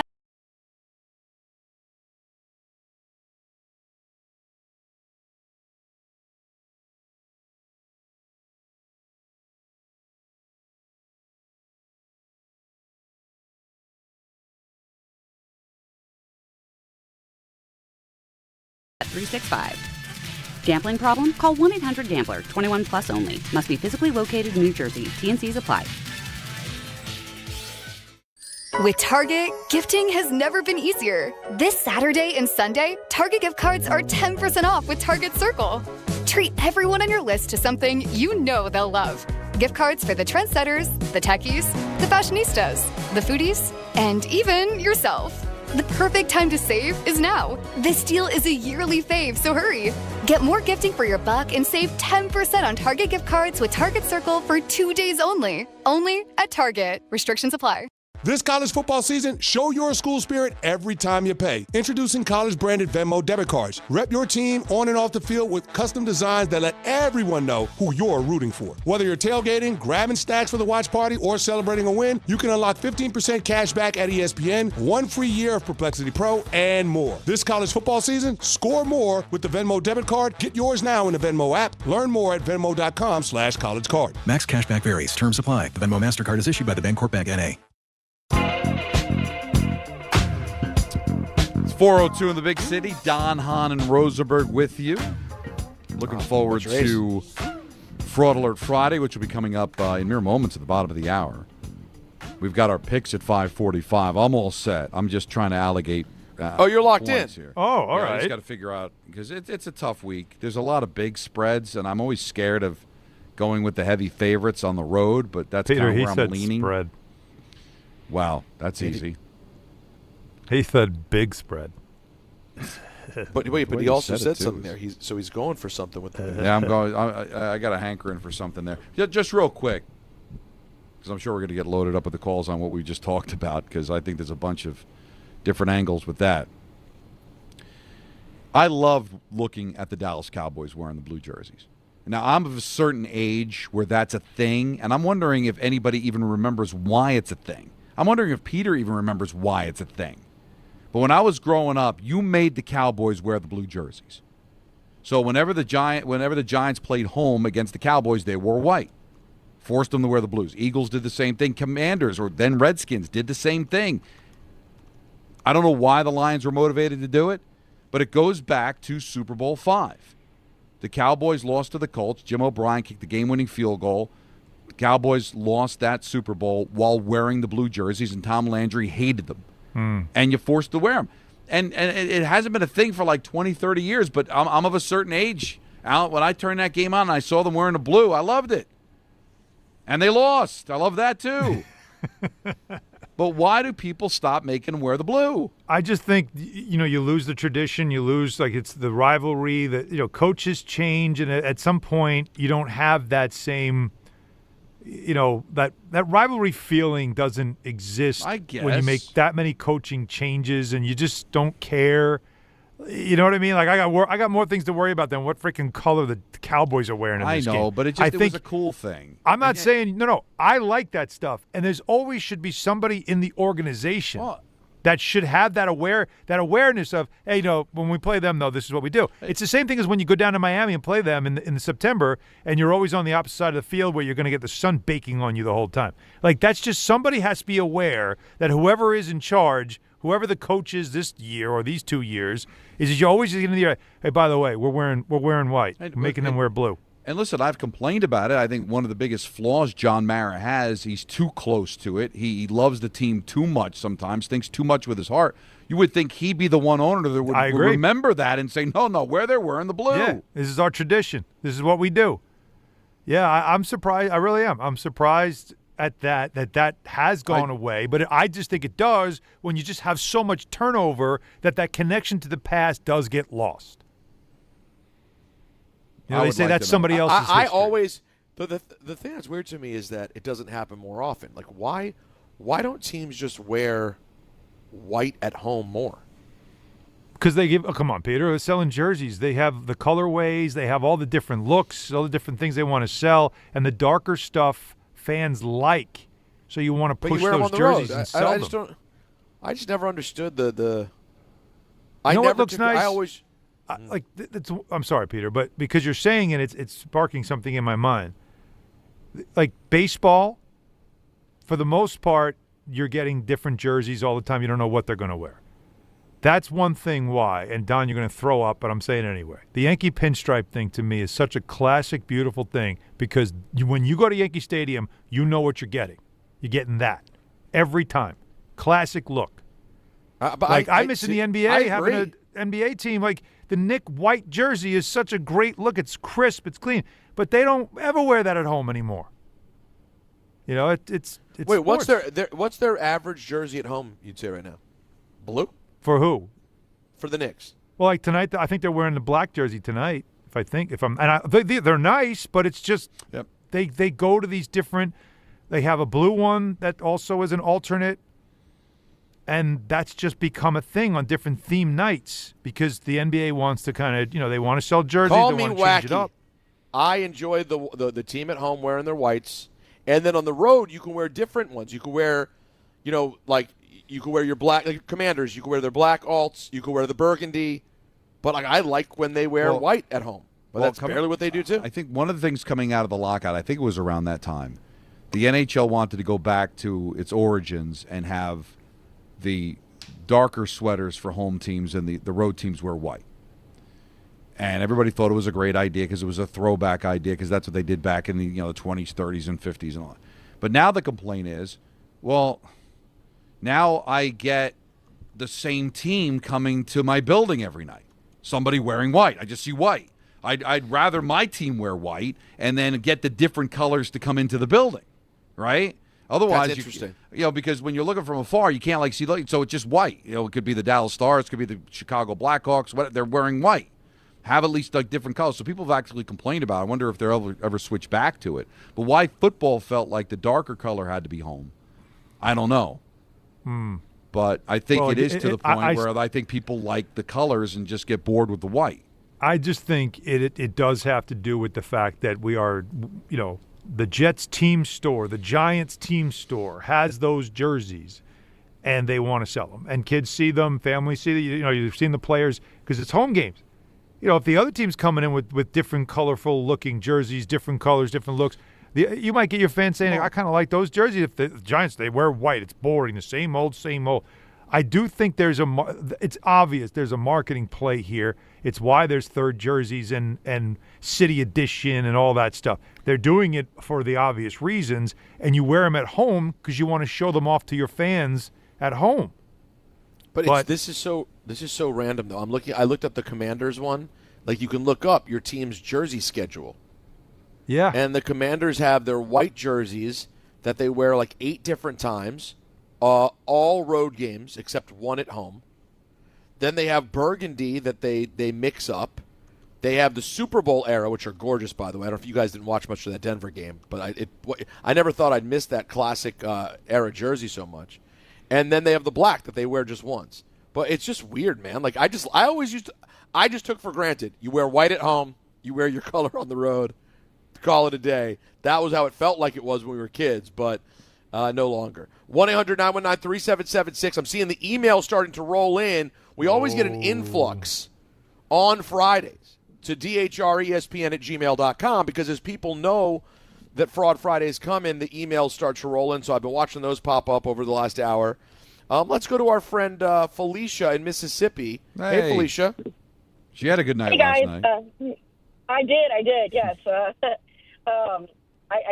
It was funny. My husband actually called it. I was joking. I was like, you know me, sometimes I can be a little bit on the negative side. And so I was like, we're probably going to lose. I just hope we play tough like we did when we played in Colorado.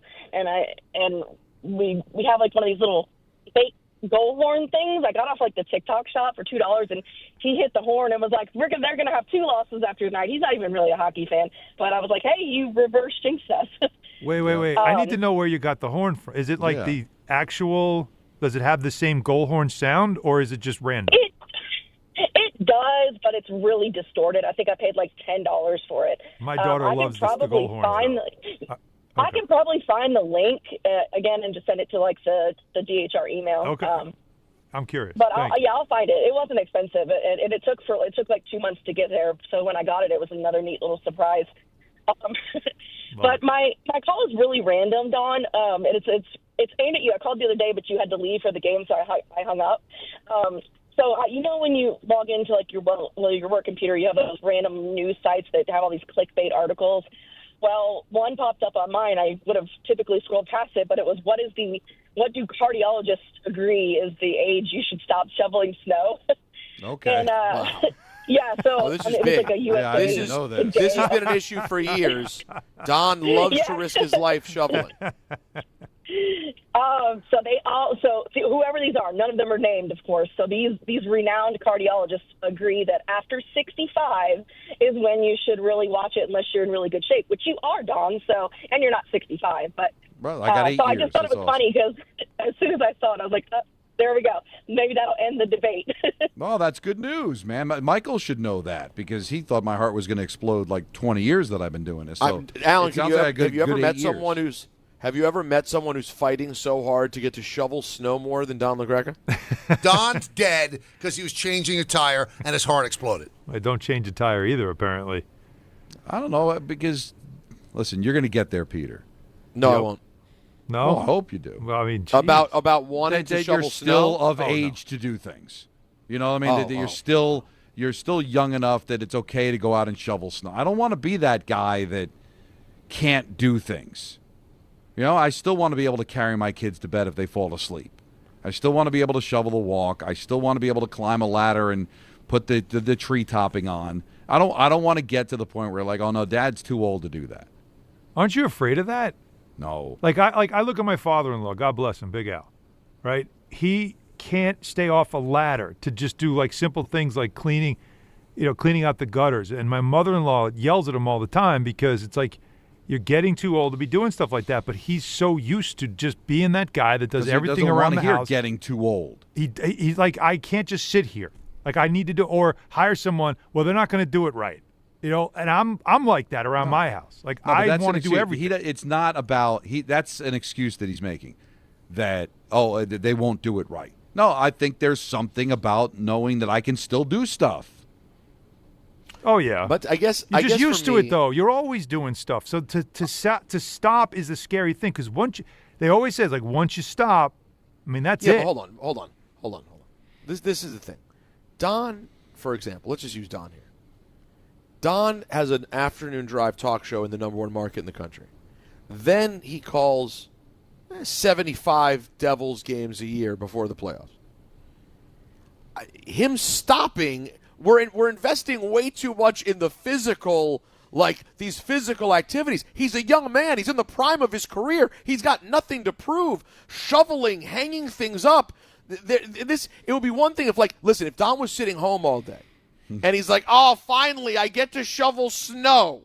And Nancy goes, no, don't do that. You sit right there on the couch and don't move. You watch Matlock. Well, then I understand. He's out every day working hard, bringing home the bacon. He's got nothing to prove. I got something to prove to myself, that I'm still. Thank you. Amen. I'm still relevant. Yes. Well, just be smart because take care of my we house. almost had an absolute disaster on Thanksgiving. I don't think I brought it up on the air yet, but I don't think so. No. Thanksgiving after dinner, it had been a wonderful night, and we were out on Long Island, and the place out there has like front steps, like 2 steps down, and then you turn, and it's like 4 more steps. And my dad said he's going to go for a walk with my niece and nephew, and I'm walking to the door. I was going to run Bear out real quick, and I hear like a scream. Oh no. And my heart stopped. And I run outside, and my dad is laying on the ground at the bottom of the steps. No. And I go, oh, good Christ. We just did our gratitudes. I just did a whole thing about how grateful I was for Maya's first Thanksgiving, and my parents are here. And my dad is laying on his back at the bottom of the stairs with my niece and nephew over him. And I run down there, and I'm like, are you okay? And he's like looking at me, and he's like, he's clearly shaken up. But he's like, I think so. I was like, did you hit your head? He's like, I don't think so.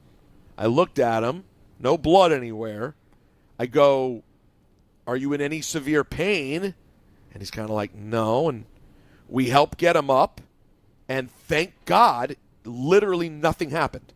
But guys, the point of this is my dad is 77. He still walks and takes stairs and stuff like he's 57. And granted, he looks great, and he seems great, but you don't want to allow your pride to have you make a mistake that then ages you a lot because you were so busy trying to seem. It was like me running up the steps. Yes, I am embarrassed and hate that I tore a meniscus running up steps. But guess what? I'm not 19. I don't need to jump at 2 or 3 steps every time I'm on steps. Walk up and down the stairs. These are the little things we have to do to extend our situation. I don't know if I'm going that far. Which part? I want to be able to still do certain things. Like I don't want to take it easy.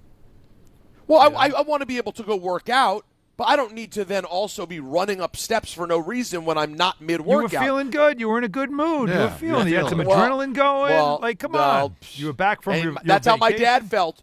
That's how my dad felt when he walked out the steps. And guess what? 5 feet later, he's laying on his back. Yeah. We just got to be mindful. Mindful, yes. But if Don wants to shovel his driveway, which, by the way, from what it sounds like, we're going to get some snow this winter, boys. It's coming. Feels like it, right? Be ready. It feels like it could be happening this year. Mm-hmm. It's been a while. Now, I also something was brought up on YouTube, and I don't want to upset Don, but I think it needs to be addressed. Oh, interesting. Oh no. Don looks like Don stole his tie from a law firm in 1997. That's what's being said. I can't see it. What is it? Let me see it, Donnie. Oh, look, it's a purple. It just feels very. It's like 90s Michael Douglas. Yeah, that definitely. Like this. No, Night Court. Disclosure. Remember what's his It's in my mind. The judge used to wear these ties like this. Wapner? No. Night Court. From Night Court. Harry Anderson? Yes. Harry Anderson, yeah. He used to wear ties like that. All right. Don La Greca had like the classic suits, but Harry would always have like the goofy stuff, and that's a little different. That's not like you, Don. I will say. You don't like it? I didn't say I didn't like it. I don't hate it. It's just listen here. Let's have real talk. Let's have real talk. When do you think, Don, that tie was purchased? Oh yeah, come on. Between 97 and 99.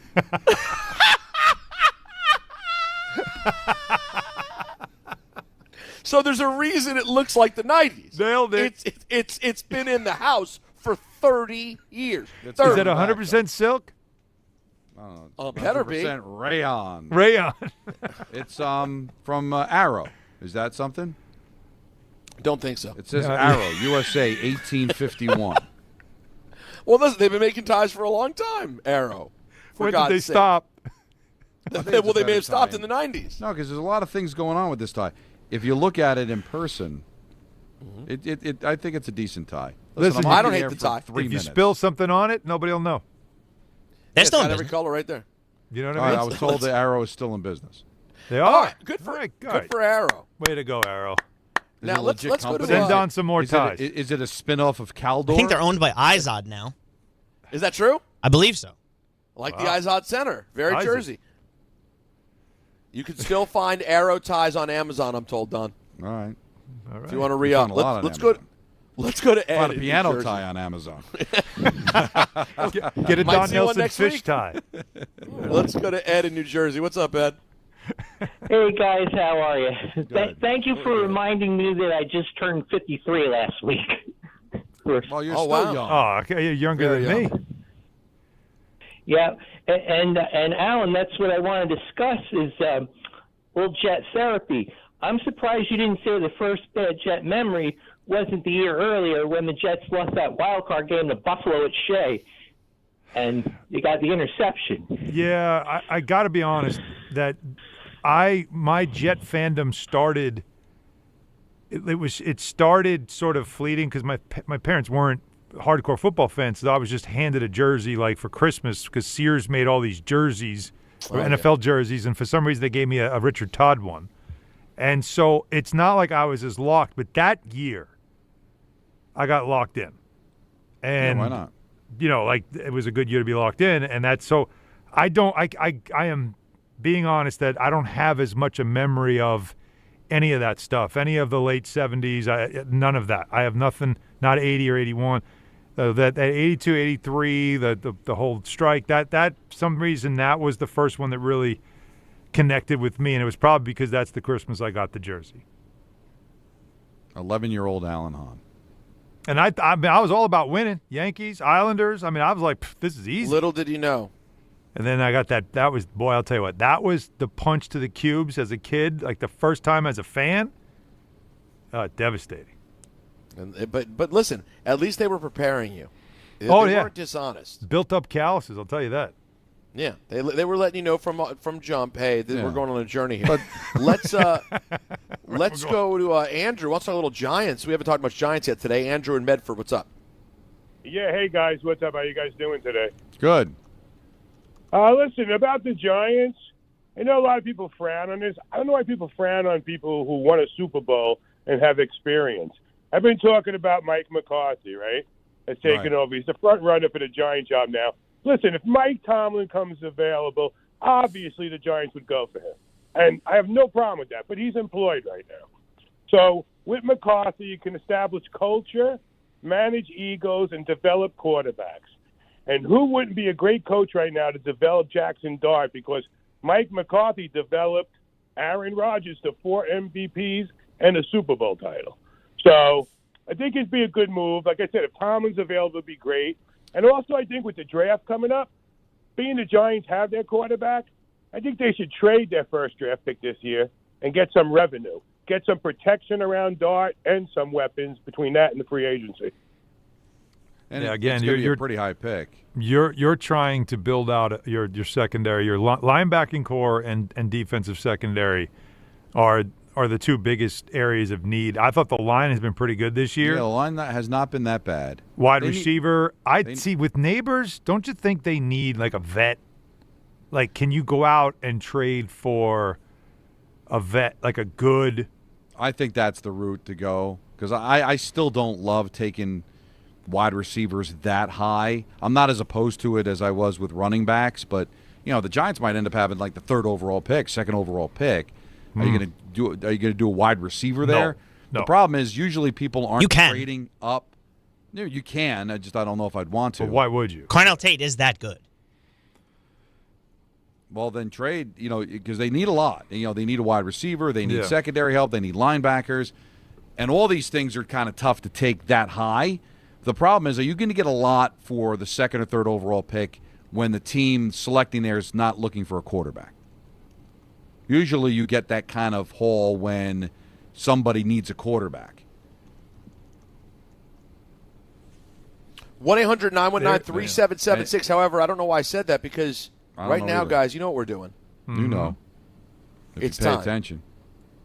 Yes, that's right. It is time for Fraud Friday. You can send your emails to dhrespn@gmail.com, or sometimes we will take calls on them as well if you have them. You see Don's tie dangling in the wind. 1-800-919-3776. Don's tie, Fraud Friday. I'm getting called to the carpet. A lot happening. It's DHR and ESPN New York. Good Karma Brands is proud to be an equal opportunity employer, providing equal employment, development, and advancement opportunities to all teammates and applicants. To learn more about careers with us, please send an email to talentacquisition@goodkarmabrands.com.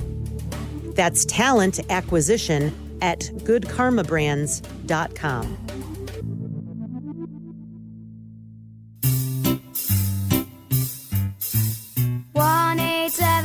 Cars for Kids.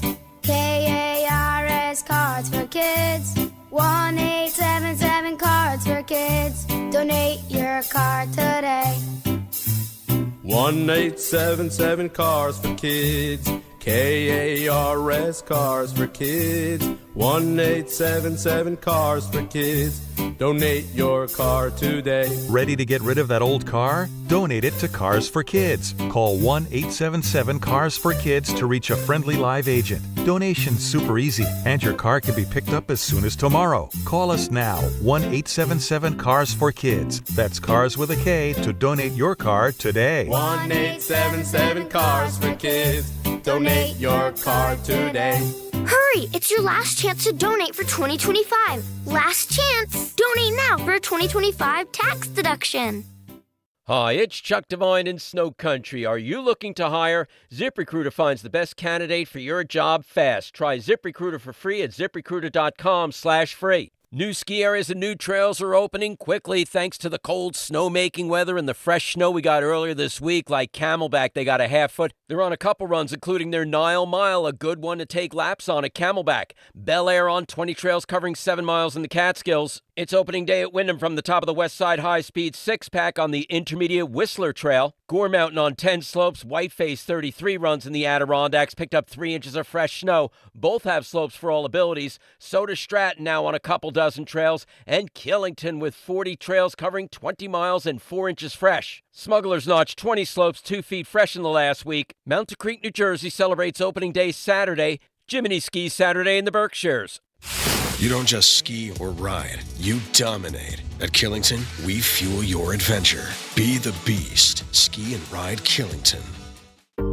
Every aspect of your business will operate better and faster with artificial intelligence. AI is a race, and companies that act first will win. Thrive Managed AI is your advantage over all your competitors. Thrive partners with you on a smart, secure AI strategy for your business. Then they deploy and manage it for you. Be first and win the race with Thrive Managed AI. Start with a complimentary strategy consultation at thrivenextgen.com/ESPN. That's thrivenextgen.com/ESPN. And now let's take a look at the traffic with Brandy Scott. Thanks, guys. We're going to start off in Jersey. Stay away from 80 westbound. A new issue by exit 61 in Elmwood Park. All lanes out with EMS activity are backed up into both the express and locals into Hackensack. After that, cleaning up that truck fire on the westbound side by exit 57 in Patterson. 2 lanes are down. Westbound 46, your best alternate, and your bumper-to-bumper there getting through Lodi and Clifton. Inbound George looking good for both the upper and lower decks. Worst if it's the outbound side. Deegan northbound, a crash right before the Cross Bronx. Left lane out involves a tractor-trailer. Delays go back across the Triborough and up onto the Bruckner. Outbound Lincoln about a 20 to 30-minute ride. Outbound Holland will run you close to a half hour. This report is sponsored by the New York City Department of Transportation. Speeding ruins lives. Drivers, watch out for pedestrians and cyclists and slow your turns to less than 5 miles an hour. I'm Brandy Scott on 880 ESPN New York. Ox Spine at New York Presbyterian is always in pursuit of a better way to heal the spine. We're getting more people moving again with minimally invasive, non-surgical, and surgical treatments with innovative solutions for every back and spine condition and your unique needs. Expert spine care is available now across New York City and Westchester. Find a doctor at nyp.org/oxspine. Stay amazing. New York Presbyterian. Progressive knows sports brings people together, but you gotta feel bad for people who don't even get it. Some people will never know what it's like to see their favorite team's hopes decided by a ping pong ball to draft the next superstar. Or not. I mean, sure, it's silly for your happiness to hinge on the success of a 20-year-old entry-level employee, but you just can't help yourself. The stress is exhilarating. Progressive can't bring people together like the draft, but we can bring your home and auto insurance together with a bundle. So switch and see if you could save hundreds. Progressive Casualty Insurance Company affiliates and other insurers not available in all states or situations. Fellas, it's the season to shine, and not just from the holiday lights. Manscaped is here to keep you looking sharp for every holiday party, family photo, and mistletoe moment. The Lawnmower 5, groin and body trimmer, and the Chairman Plus face shaver deliver precision, comfort, and control worthy of Santa's nice list. I've been good and nice. Whether you're tidying up before a big night out or preparing for New Year's Eve, Manscaped has your back. And your face too, to be exact. So gift yourself with some grooming greatness this season, because looking good is the best gift of all. And now you can find Manscaped products at your local Walmart. Did you or someone you know participate in fraudulent fan behavior? I'm a fraud with a capital F. Is your friend a fraud? I have been a complete and utter fraud. Are you a fraud? What is fraud? Let's ask Don La Greca. Screw! Go scratch yourself! I'll tell you what is better than Fraud Friday? The answer is absolutely nothing. All right? And matter of fact, we start Fraud Friday in a way we never have before, and that's with Game Time, brought to you by Telemark. Oh, look at that. Because when it's game time, folks, guess what? It's Charlie time. All right, Knicks Jazz, right here on 880.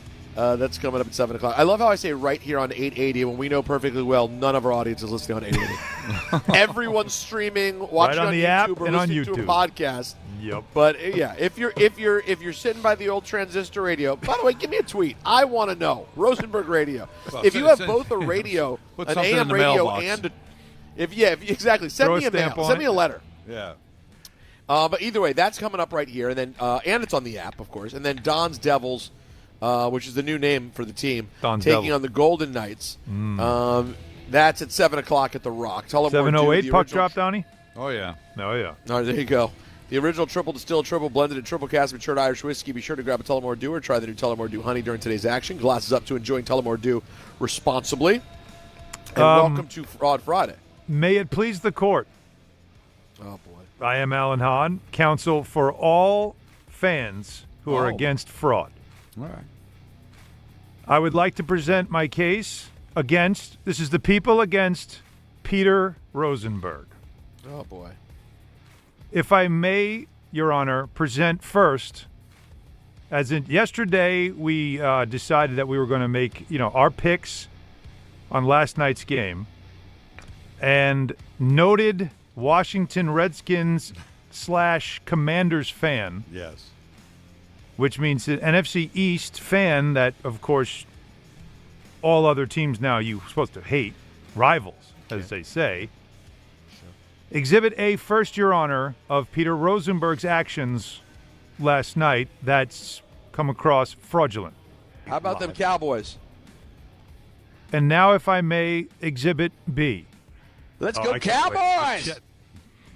So, Your Honor, I would like to present Peter Rosenberg for the charge of being a fraud. Well, I think Don's going to rule my favor here, actually.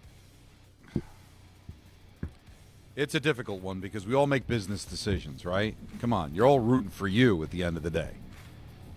And he wants to catch up, and he made a business decision. But to be that enthusiastic about that part, it's hard not to be a fraud when you're shouting out, "How about them Cowboys?" That was that Jimmy Johnson after a Super Bowl.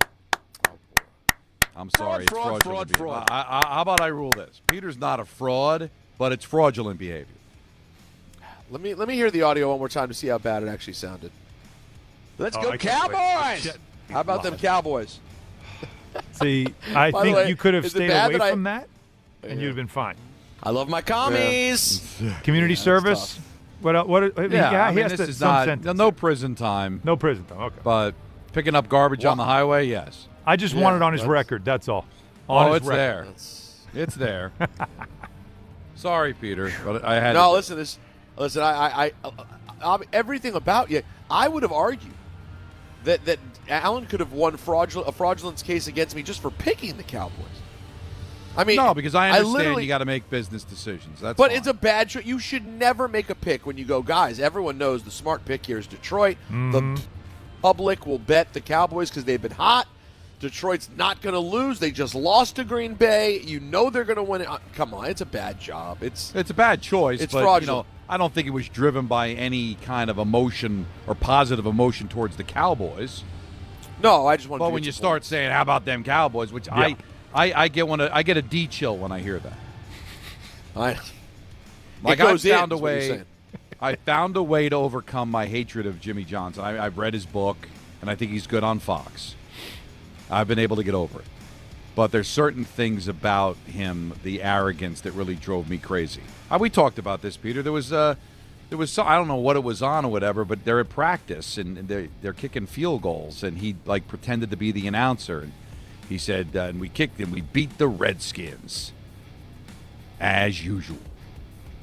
And I'm like, boy, have Peter ever heard that? I'm not at the time because I didn't know you at the time, but I'm like thinking, man, that must really bother Redskin fans.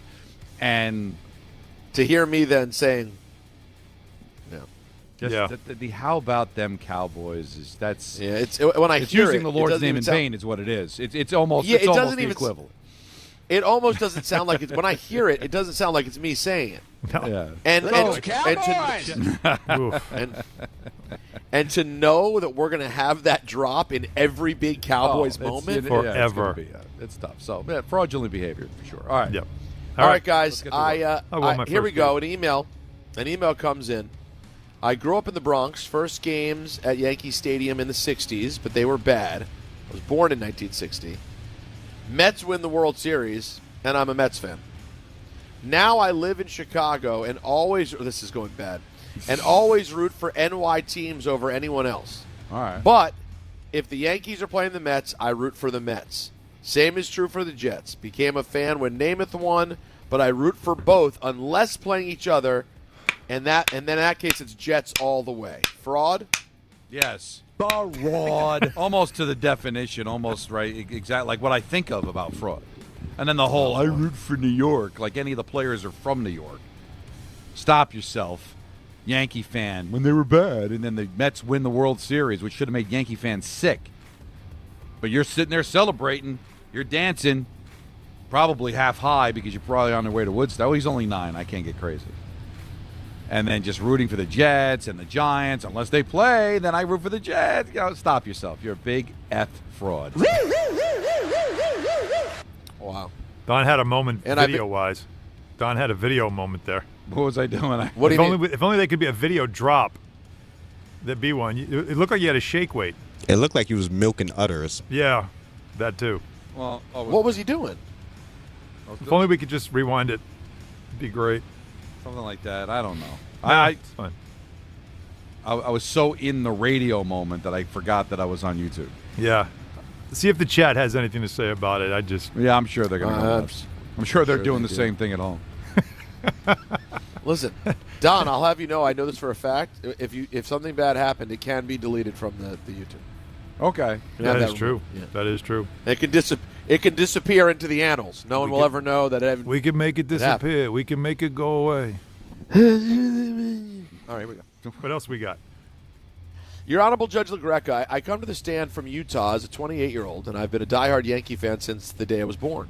Okay. Being from Utah, we don't have a football team to cheer for, and I'm not the biggest basketball fan. The Jazz haven't really been anything to write home about for a while, nor did I ever really root for them. Listening to the K Show and now DHR over the past few years, I've gravitated towards the Giants as well as the Knicks, and I've been paying more attention to them and have even started telling people that these are the teams I'm rooting for. I come to you to see if I'm a fraud for saying that these are teams I'm rooting for and want to be a fan of, or if I have your approval to continue my fandom for these two teams. I will live and die with the Yankees. I bleed pinstripes, but would love your insight into this. Thank you for your honor and panel. Well, did he adopted the Giants and the Knicks? Is that fraudulent? No, it's not fraudulent. Well, but remember, he's from Utah. So? He said he was never a Jazz fan. Doesn't have a football team. No. No, I don't think there's any fraud there. Nice. He was not they didn't have a football team. He admitted that he never really got into the Jazz at all. And he kind of adopted the Knicks and the Giants, and he's sticking with it, and he wants to stick with it. From Utah, I got no problem with that. If he had been a Jazz fan and converted to a Knicks fan, that's fraudulent. But he didn't become a Jazz fan. They didn't have a football team. I see zero fraud. Wow. That surprises you, Peter? No, it makes sense. But on paper, when you hear it, like someone picking teams at 28 years old, you could see it going bad. But no, this is what makes these decisions always so interesting. Why it's must listen radio. Are you suggesting though, Peter, like because he's not from New York, it's like being a fan of a college team you didn't attend? Is that like? Yeah. Now he's just picking up all the other teams because of our show. Obviously, who am I going to fight with that? I love that he listens to the show. Right. And we live in a world where he can buy the packages and watch the games and listen to them on satellite radio. I mean, it's not like the old days where, like, why are you picking the Knicks living in Utah? You never see them. Right. All right, Alan, Peter, and Honorable Don, I need your ruling on this baffling situation. My sister has been such a diehard Lakers fan for as long as I can remember. Mm-hmm. I mean, her room looked like a Lakers shrine. Jerseys, posters, lamps, trash cans, pillows, comforters, you name it. It was like living with a purple and gold sanctuary down the hall. During games, it was chaos. She'd yell at the TV, critiquing the plays, arguing with the refs. When they made a great play or won a buzzer beater, you'd think she'd hit the jackpot in Vegas. Okay. Don't even get me started when they were winning in the playoffs, and especially the years they won the championship. I think you already got started. A regular season loss would ruin her night. Yes, you're started. And then when they lost in the playoffs, you'd think a close relative died. We got the point. Yeah, okay, thank you. She's into the Lakers. You get an A. Big Laker fan. Oh, we got my God. Fast forward to 2018, LeBron joins the Lakers. Mm-hmm. You'd think a superstar like him would make her excited, right? No. She despises him. I'm not sure why. I guess as Gay would say, she just doesn't like the cut of his jib. So when LeBron strolled into L.A., she was so upset that she jumped off the Lakers ship faster than a rat on a sinking ship. Wow. She's now turned into a full-blown Laker hater. Uh-oh. She doesn't root for another team, but she watches the Lakers and wishes for their downfall. I ask, is this fraudulent behavior? You ask. You ask, I tell. Humongous fraud. Yeah. As big of a Laker fan as she used to be, that you gave us tremendous detail on, you'd get an A in creative writing, is as big a fraud as she is. I understand hating. Listen, we all went through it. Yankee fans went through it with Roger Clemens, right? You had to. Yeah, it wasn't good, right? Allen, for you, you hate it. He took Derek Jeter out. Yep. I mean, but you know. He helped you win. Helped me win. He helped you win a championship. Well, yeah. So and LeBron helped the Lakers win a championship. I mean, so how much do you really love your team if one guy, even as significant as LeBron James, can make you then hate the team? Like that easily? I need to know. Man. Like, you know what? He gave us a lot of detail, maybe way too much detail about like how much of a fan she was.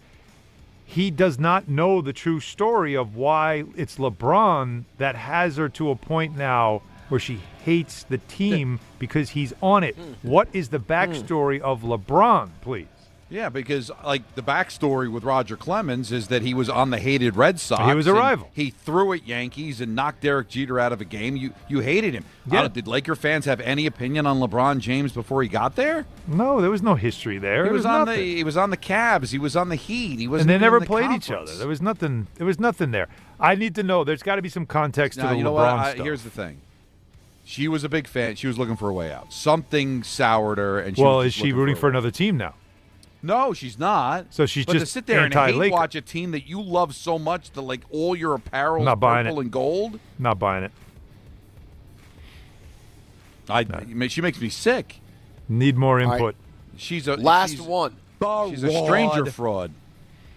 Last email, esteemed Judge La Greca in the court. I know the topic of fraud in sports jerseys has been addressed several times, but I wonder if I have a slightly different wrinkle. As a Giants and Yankees fan, clearly I would be a fraud if I purchased a Cowboy or Red Sox jersey for myself. Of course. Maybe if it was some sort of collectible, some would not feel that way, but I would. Fraud. But what about if I buy one of those same pieces of merchandise for someone else? If my daughter, or someday my son-in-law, was a diehard Red Sox fan, am I a fraud for purchasing a jersey for them? Is it the purchase or the intent that is in question? That's what I'm asking. Essentially, what is fraud? Respectfully, Brett. Brett, come on. That's not fraudulent. You're buying it for somebody else. You're not buying it because you're a fan of the team. You're a good guy. And you say, you know what? One of my friends or a member of my family happens to like a team that I hate, but I could be above that and I could buy the jersey. It's not fraudulent at all. That's why I love our judge, because he's very thoughtful. He's reasonable. He's very reasonable. And he will, as long as your email does not last longer than 25 seconds, he will hear you out. There are time constraints here, people. The show's only 4 hours. The segment's only, 15 minutes? The funniest thing is that, to me, Alan, Don will read a book about an actor who was like a third character on a TV show. 475 pages. Yeah. Once the email crosses 22 seconds, that's it. He is so done. He has no use. He's information overload. I don't need to hear anymore. I will read the average book. Like I said, I'm reading Bob Saget's book right now, Postmortem. See? Obviously, he's no longer with us. He wrote it back in 2014.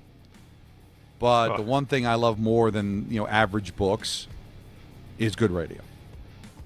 And Peter reading 10 minutes of a detailed description of how big a fan somebody is. You know what? Big Laker fan would have sufficed, and we would have been able to maybe squeeze in a couple more emails.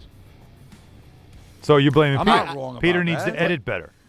No, I think painting the picture. Peter. I think Peter's got the best of it because he's probably thinking there's going to be two some paragraphs. endgame here. It was a 2 short paragraph email. No, there's nothing short about those paragraphs. By the way, if Don would never accept our segment, The Gurus, in the morning show, where we hear people's entire relationship problems. It could be. This would not be for Don. No, but either way, extraneous. She's a big Laker fan. Okay, we get No, it. I disagree. Don't need to hear about Laker garbage cans and Laker towels and Laker pillowcases. Enough. You don't think that added? I think that added necessary color. You wanted to paint the picture. Yeah, because that purple made it and gold even crazier. bedroom down the hall. If you had said to us she liked the Lakers, LeBron came, she's out. Wow, that's pretty fraudulent. Well, you know what? All I'm saying, she had an actual like statue. Her home was dedicated to Lakers. No, you're right. I did pertinent. add to it, but it did come at the expense of maybe 2 or 3 other fraud emails we could have gotten. Well, we have 2 fraud calls though we could get to on the other side if you'd like. Oh, we have plenty of fraud calls and a lot others. more to do right here on Don, Hahn, and Rosenberg on ESPN New York. New York Presbyterian treats more heart patients than any other hospital in New York. From common to complex conditions, our cardiologists and heart surgeons are pioneers in advanced heart care, leading the way in minimally invasive treatments for faster recovery times. Find a doctor at nyp.org/heart. Stay amazing. New York Presbyterian. New York Presbyterian Hospital based on U.S. News and World Report 2025 to 2026 Cardiology, Heart, and Vascular Surgery rankings. Every 40 seconds, a child is reported missing. Find the Children is a nonprofit organization dedicated to helping find missing kids. You can be a part of their mission by donating your unwanted car. Call 1-800-294-0222. You'll receive the maximum tax deduction and we provide fast, free pickup. Call 1-800-294-0222. Donate your unwanted or unused car. Call 1-800-294-0222. This advertisement was paid for in partnership with Cars R Us and Find the Children.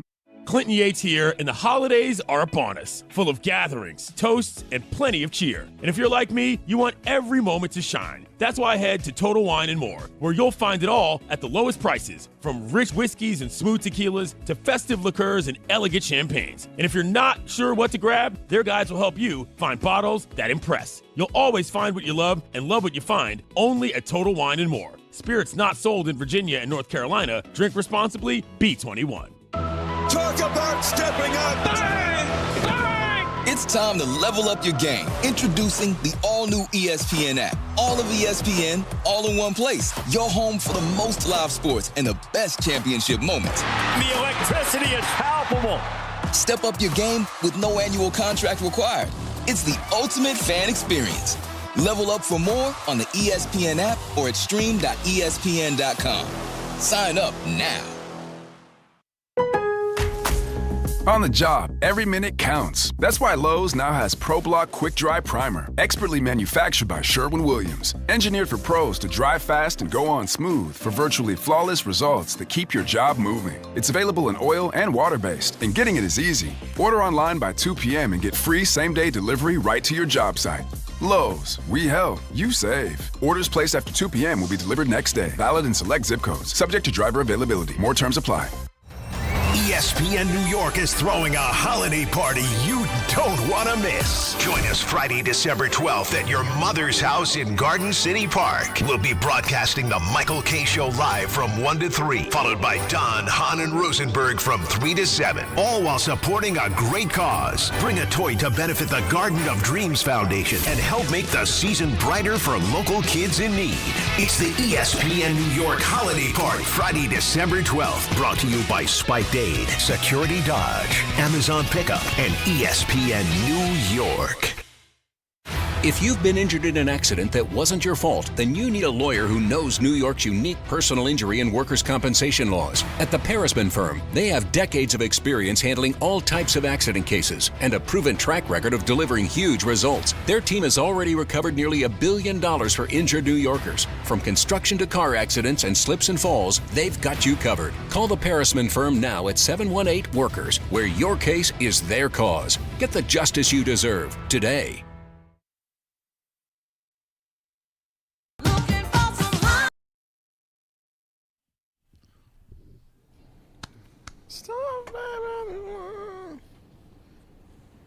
Why hot stuff, though?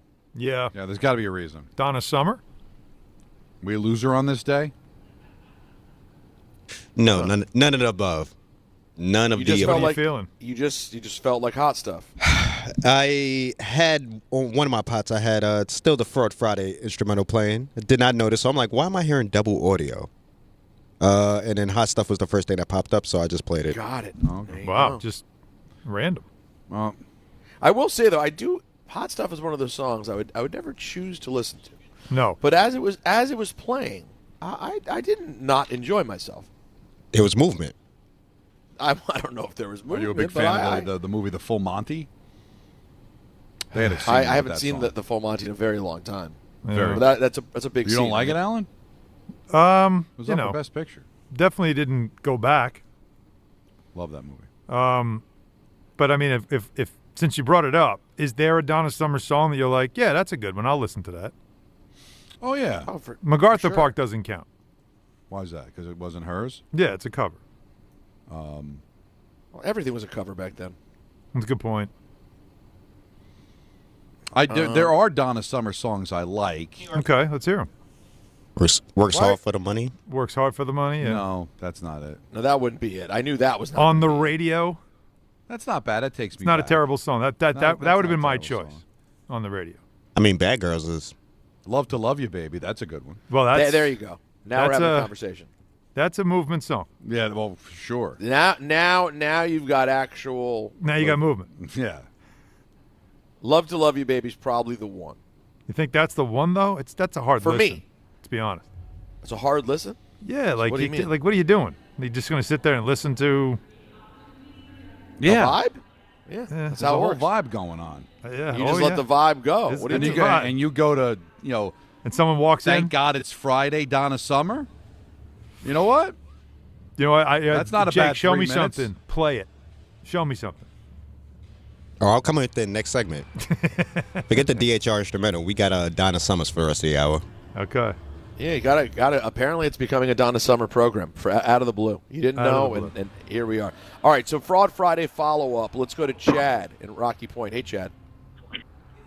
All right, hey guys. So you guys know I'm a Yankees fan. I've called many times. What you don't know about me is I'm a Dallas Cowboy fan for 3 decades.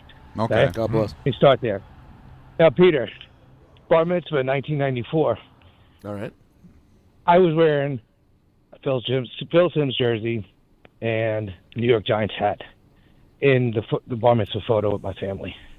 Okay. So you're a fraud, is what you're saying. They won So in the this is late 13 Am then. I fraud for that? But you were 13 years Why old. were you but wearing a it? Giant fan. All right, so here's the deal, right? So the Giants are winning in the late 80s, right? I wasn't playing football yet, but I was in New York, and people were excited about it. So I was excited about it. I started playing the game. Cowboys are winning, 92, 93, 95. See, I feel like I stuck with them during the Quincy Carter years, the Clint Sterner years. I paid my dues. Don? I've been a fan of them for 30 years. But my friends like to bust my chops because there is a photo out there of me wearing Phil Simms jersey and a Giants cap. But you're 13 years old, all right? And in the eyes of your religion, you became a man that day. Were you a Giants fan? I would say no. My whole family Giants fans. I would say I was never a true Giants fan. I've always been a real true Cowboys fan.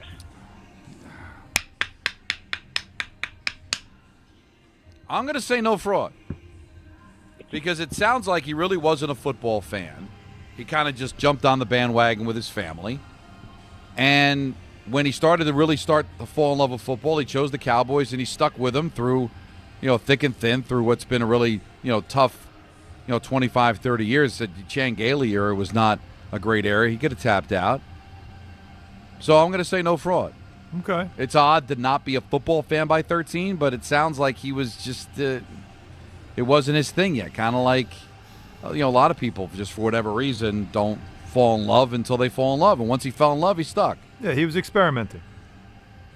Everybody else was doing it. But so he that's did why I it asked too. him, did you root for the Giants? And he said no. Yeah, he said he really wasn't a fan. He just. But everybody it's else was awkward doing to have those types of Yeah, it's pictures an odd around. moment. it. Okay. But, no, I'm going to say no fraud. You guys good with that? Yeah. I'm very comfortable with it. Let's go to Paul, who's down in Florida. He's got something for Alan. Hey, Paul. How's it going, fellas?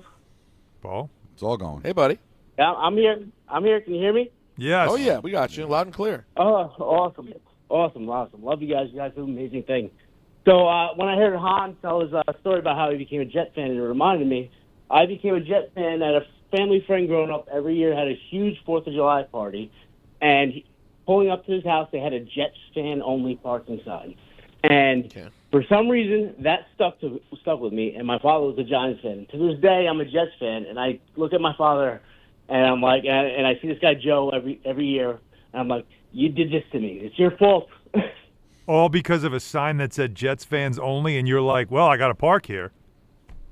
That's it. I'm in.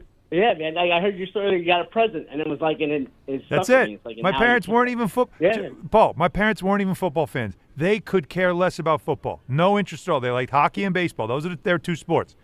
And for whatever reason, in the Sears catalog, they were selling all these jerseys, NFL jerseys, different teams. You could get a Danny White Cowboys. You can get it had all these different ones. For whatever reason, they got me the Richard Todd Jets jersey. Oh, that was from the Sears catalog, right? Yeah, the Sears catalog. You could if you Google it, you could find them. It's hysterical when you see some of the jerseys. They're terrible. It said Jets, and it had a 14, and it had Todd and 14 on the back. But I opened it up like, oh, it's the Jets, okay, and then that was it. I just felt like, all right, well, I guess I'm a Jets fan. You know what's so funny? So sad. It is sad. You tapped into something that has bothered me forever. What's that? Is that I used to hate those types of jerseys that had the team with the name across the front, and now NFL teams have it. Like the Jets have it. It says Jets. Yep. It says Browns. Yep. I hate that. It's a great call, Don. I hated that too. It always was the sign that it was fake. Right. That was the sign that this is Fugazi. Right. Yeah. And now they choose to do it. Yeah. All right, we have a big 5 o'clock hour on this Football Friday coming up right here on Don, Hahn, and Rosenberg on ESPN New York. To the net. Score! The New York Islanders are back in action with a brand new theme night schedule you won't want to miss. Bring your friends out for the holidays and take home a custom holiday replica jersey or arrive early for special bobblehead giveaway nights for Matt Barzell and Bo Horvat. Barzell for Horvat. Score! Explore the full theme night schedule at NewYorkIslanders.com. Whether you're shopping, gaming, or streaming this Black Friday season, don't take slow for an answer. Get Optimum Fiber for the fastest, most reliable, and most consistent internet speeds, starting at $25 a month. Call 888-4-OPTIMUM or visit Optimum.com to switch. Act now and get a full year of Netflix, an unlimited mobile line, a $400 prepaid card, and more, all on us. Call 888-4-OPTIMUM or visit Optimum.com today. Optimum, don't take slow for an answer. Terms apply. See Optimum.com for details.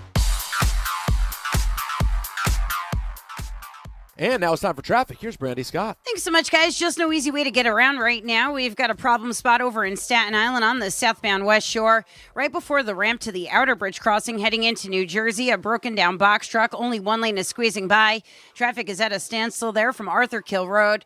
All of your approaches the outbound George are awful aside from the Henry Hudson. Cross Bronx westbound slam from the Bruckner on through. Inbound George will run you about 5 to 10 for the upper deck. Outbound Lincoln, your best ride at 30 to 40. Outbound Holland 45 plus. No relief over in Jersey. 80 westbound back open by exit 61 in Elmwood Park, but still cleaning up that truck fire by exit 57 in Patterson. 2 lanes are down, backed up into the Express and locals into Hackensack.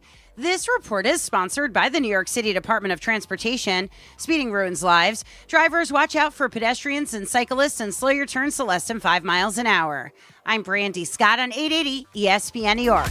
Hey, fans! Welcome back to Fansville's Cheers and Tears. Oh. Okay, so like everybody deals with losing, right? To a rival on a last-second field goal. Whatever, it's fine. I'm totally fine. But I cope with losing with an ice-cold Dr. Pepper. Those 23 flavors are like so delicious. They totally wash away the pain of your college football team taking a big fat L. College football, it's a pepper thing. This college football season, show your school spirit every time you pay. Introducing college-branded Venmo debit cards. Rep your team on and off the field with custom school designs that let everyone know who you root for. Whether you're tailgating, grabbing snacks for the watch party, or celebrating a win, you can unlock 15% cash back at ESPN. 1 free year of Perplexity Pro and more. This college football season, score more with the Venmo debit card. Get yours now in the Venmo app. Learn more at venmo.com/collegecard. Max cashback varies. Terms apply. The Venmo MasterCard is issued by the Bancorp Bank, N.A. Hey, this is Mika Zibanejad. Hey, this is Adam Fox. Catch every Rangers game right here on 880 ESPN. WHSQ and WCBS-FM HD2, New York.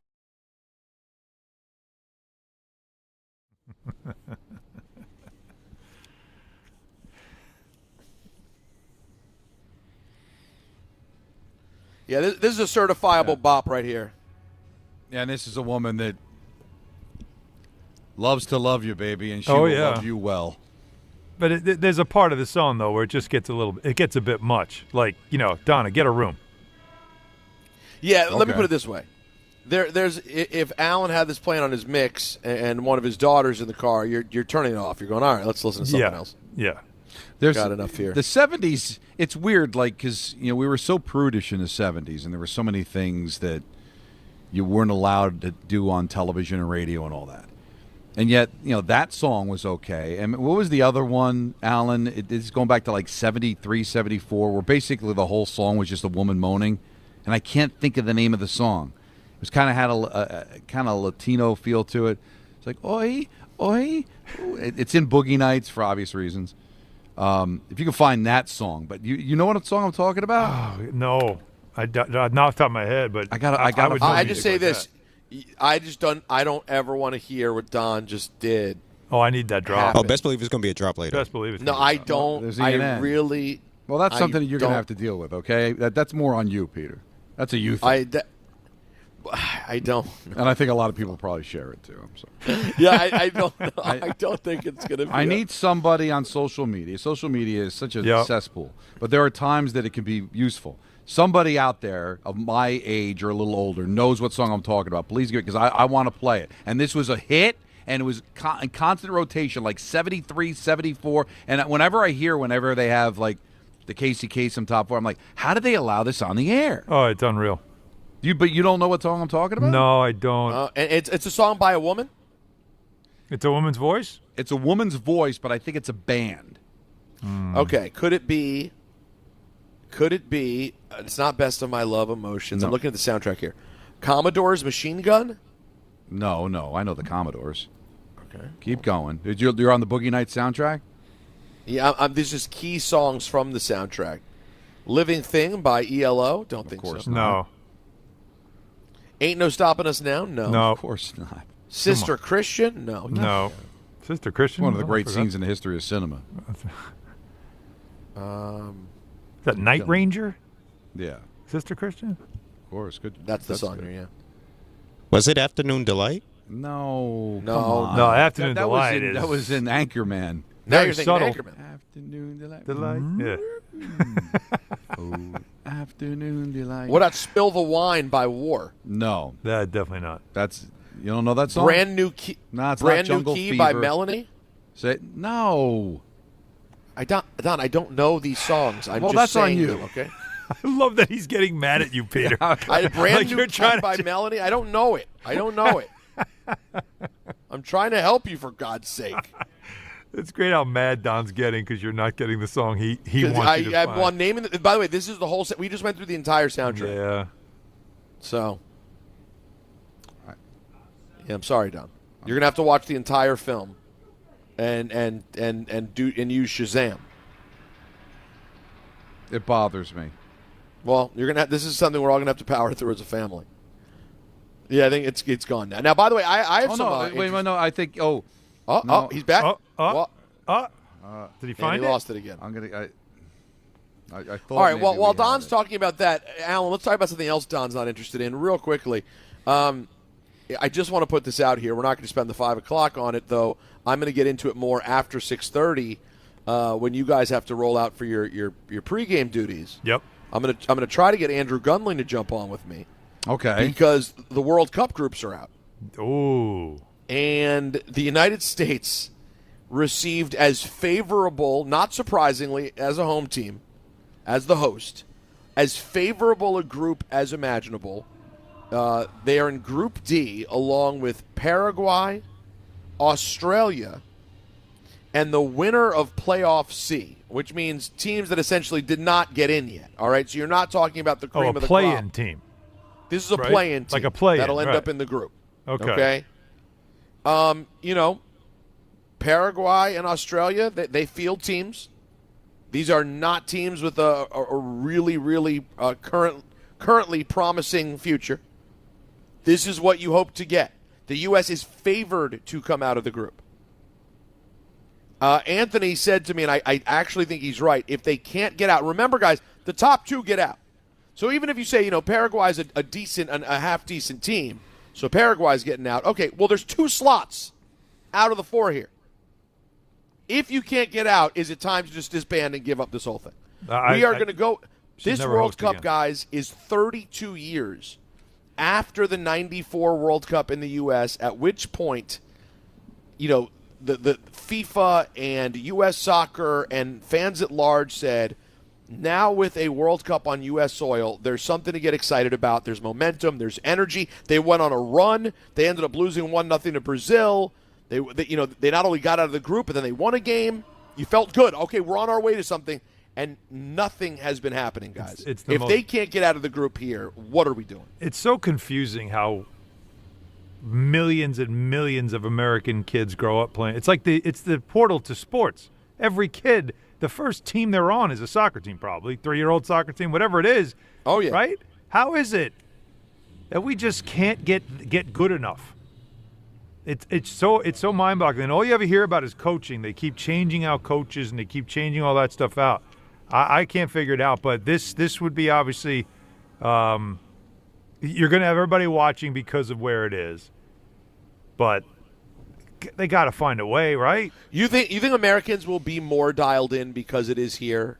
Yeah, they will. Right? I think so, because a lot of times when it's overseas, it's all the odd start times and you don't know what's on. It's going to be in everyone's face, right? And all the markets that they're playing in, especially here in New York. It's going to be in your face, so it's going to be covered differently because it's here in the States. So what was 94 the last time, or was there one before that? In the U.S., I think that was it. Because I remember 94, and it was huge. And so that's going over 30 years ago, where it was a big deal. And it was crowded. That was, I think it was when Baggio hit the crossbar for Italy. And the fact that still resonates with me. I was working at Sports Phone at the time, and we had like a separate number. And it was a big deal. Mm-hmm. Soccer's only gotten bigger since then, right? Because in '94 that was even before MLS, right? Yeah. When did MLS start? Right around there, maybe even because of that. I don't know. Probably after. Yeah, a couple years later. This is going to be huge. The U.S.'s group in '94, Don, was already better. It was the U.S., Switzerland, Colombia, and Romania. Right. Which is still clearly already stronger than what they're dealing with this time around. So it's going to be very, very interesting to see what the U.S. does. In their group play that first time around, they tied Switzerland 1-1. They beat Colombia 2-1, which in retrospect is shocking. And then they were already good, and they lost to Romania 1-0. But this will be this could be either the best summer ever. I've always said, guys, that if somehow U.S. soccer ever went on just a bit of a run, it would be inexplicably big and fun. And they've just not been able, because it'll combine so many different things. You have the soccer community, you have the Patriots kind of crowd who love all things USA. Yep. Alan, you have the fact that this is the one thing that we're a true underdog in that would like galvanize people. Hey. It's all sitting there for you. And let's also point out the fact that it will take place at a time when it's baseball and nothing else. That's right. Let's be honest. It begins in the middle of June. So unless the Knicks are in the finals, at least in New York, right? Like the NBA finals will be going on, the Stanley Cup finals will be going on, but they'll be over fairly quickly, and then it's just nothing else. It's baseball. So that's also where it's a lot of reasons for there to be more eyeballs on it. It's not competing with football and other sports. It's just competing with baseball. No, June 11th is when things get underway. June 11th. Yeah. Well, and it takes you into like late July, right? Mid-July. Oh, it's like a month. Oh, if you can make a run and not even win it, like when obviously what everybody goes back to is when the USA beat Russia and then Finland to win the gold medal in 1980. There are American-born players that decided to play hockey on that day, and the sport grew. It's true. If we could just make a run, how popular the soccer is in certain pockets of this country to begin with, that could be why everything pops for it. But what kind of run? Because I don't think they can win. And if they don't make it, it can actually do the opposite, right? Where people would just, all right, they're going to give up. We'll never be good. But if they can make a run to what, Peter, do you think would actually bring that kind of attention? That it's really hard to say the level of impact it would have if they could get to somehow, a semifinal would be insane. Oh, God. But guys, a quarterfinal. Okay, Yeah. they lost to Brazil in '94 in the round of 16. If they could Brazil even won the get whole to thing. And Brazil went on. No, that was when. Yes, after Italy. Brazil won the whole Don thing. just pointed out after Baggio missed in PKs. If the United States could even make the quarters, we'd be having a conversation. Mm-hmm. If they could go further than that, guys, how about this take? If they go to the semis, if they were to ever go to the semis, a show like this where we never talk about soccer unless it's a moment like this, it would end up getting half the time every day. I think you're guarantee right. you. Oh, it yeah. would be half of our show every day. I That's think how we get big calls. it could get. I completely agree. The interesting thing, I guess the stumbling block for us, you look at us as a radio station, and I love who we have. Who would be our go-to guy for that? Dave we're talking about Rosenberg it every knows some day. soccer. What about JJ? Well, you can't give me guys behind the scenes. I'm saying, when baseball's big, Michael's our guy. Football, we've got, Well, Bart listen, Scott, but not- I've got a ton of experience. But it's Yeah, going to that's- take up you're half coming the from shows of three guys that really don't know a lot about it. Yeah, but you're. I think you're almost overthinking it. Sometimes events are so big, it's not about people coming to us for expertise. It's about people coming to share in the passion. Reaction. It would. I mean, at that point, Don, how much do you need to know? Honestly, how much do you need to know about soccer to be excited and break down a game of a team that everyone's rooting for the same team? But you said break down. You're still going to need. That's what's just so interesting about this sport. When the Rangers go to the Stanley Cup final, we're going to talk about it, but I'll be the guy that kind of maybe breaks it down and maybe can be the person that can give you a little history, a little background, because I'm a hockey guy. Alan's a hockey guy. Baseball with Michael, and football, everybody's into football. Basketball, the same thing. But you said breaking down. Who's going to do that? I can't do that. And will a soccer fan want to hear me break it down? Soccer fans at that point are irrelevant. Respectfully, they're on their own podcasts. This is going to be what Alan and I are saying is it will become a thing where every casual now cares. They don't even need to have it broken down to a fine powder. Yeah, because the hardcores already know it. It's like we're all into it at the same time, sort of thing, right? Like it's a reaction to what we're seeing using our sport. To me, because that's why I find this to be the most compelling. First, because I think a lot of us will be watching as sports fans who aren't traditionally soccer fans. And again, it's national teams, so it's not like you really know this. It's not like you're talking about Man City or something like that, right? It's a national team. And I think there's something compelling about all of us sort of learning it and watching it from the perspective of somebody that we know sports. We know how sports works. We know what's a moment. We know what's a big deal. We know what's controversial, and just kind of doing it that way. Oh, I'm not denying that it can't be big, and I'm not denying that we'll talk about it and it can command it. It's just what makes it so unique is there's usually somebody that ties it in. And I know for myself, when I get into something, I wasn't the biggest hockey fan in 1980. My dad was not a hockey fan. That was before the Devils came. I knew about hockey. I liked hockey, but because my father didn't teach me it, I felt like I was lost. And after 1980, I was longing to learn more about it. I wanted to know more about it. So for it to grow, there has to be, okay, now I want to find out about it. And as they're making that run, when we're breaking it down, to have somebody educate everybody. And so the people that aren't really soccer fans can become soccer fans and want to learn what all these things mean so they can be that much more into it as the run continues. Because I always kind of thirst for that knowledge. I get bored if I don't know what's going on. Right, but I guess also, Don, did you not play soccer as a kid? I do think a lot of people have a fundamental knowledge of soccer from playing. I never played. Well, listen, I know the objective of the game, but I don't. Let's be honest, Alan. Don's dad was driving by the soccer fields and throwing tomatoes at the people playing soccer. If you're not watching USA Soccer, then you're a moron.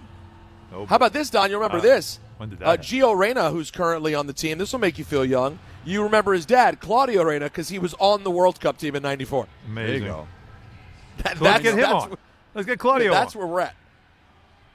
We are this. It's going to be interesting, though. So we'll get into that some after 6:30. But the phone lines have been jammed with a variety of stuff.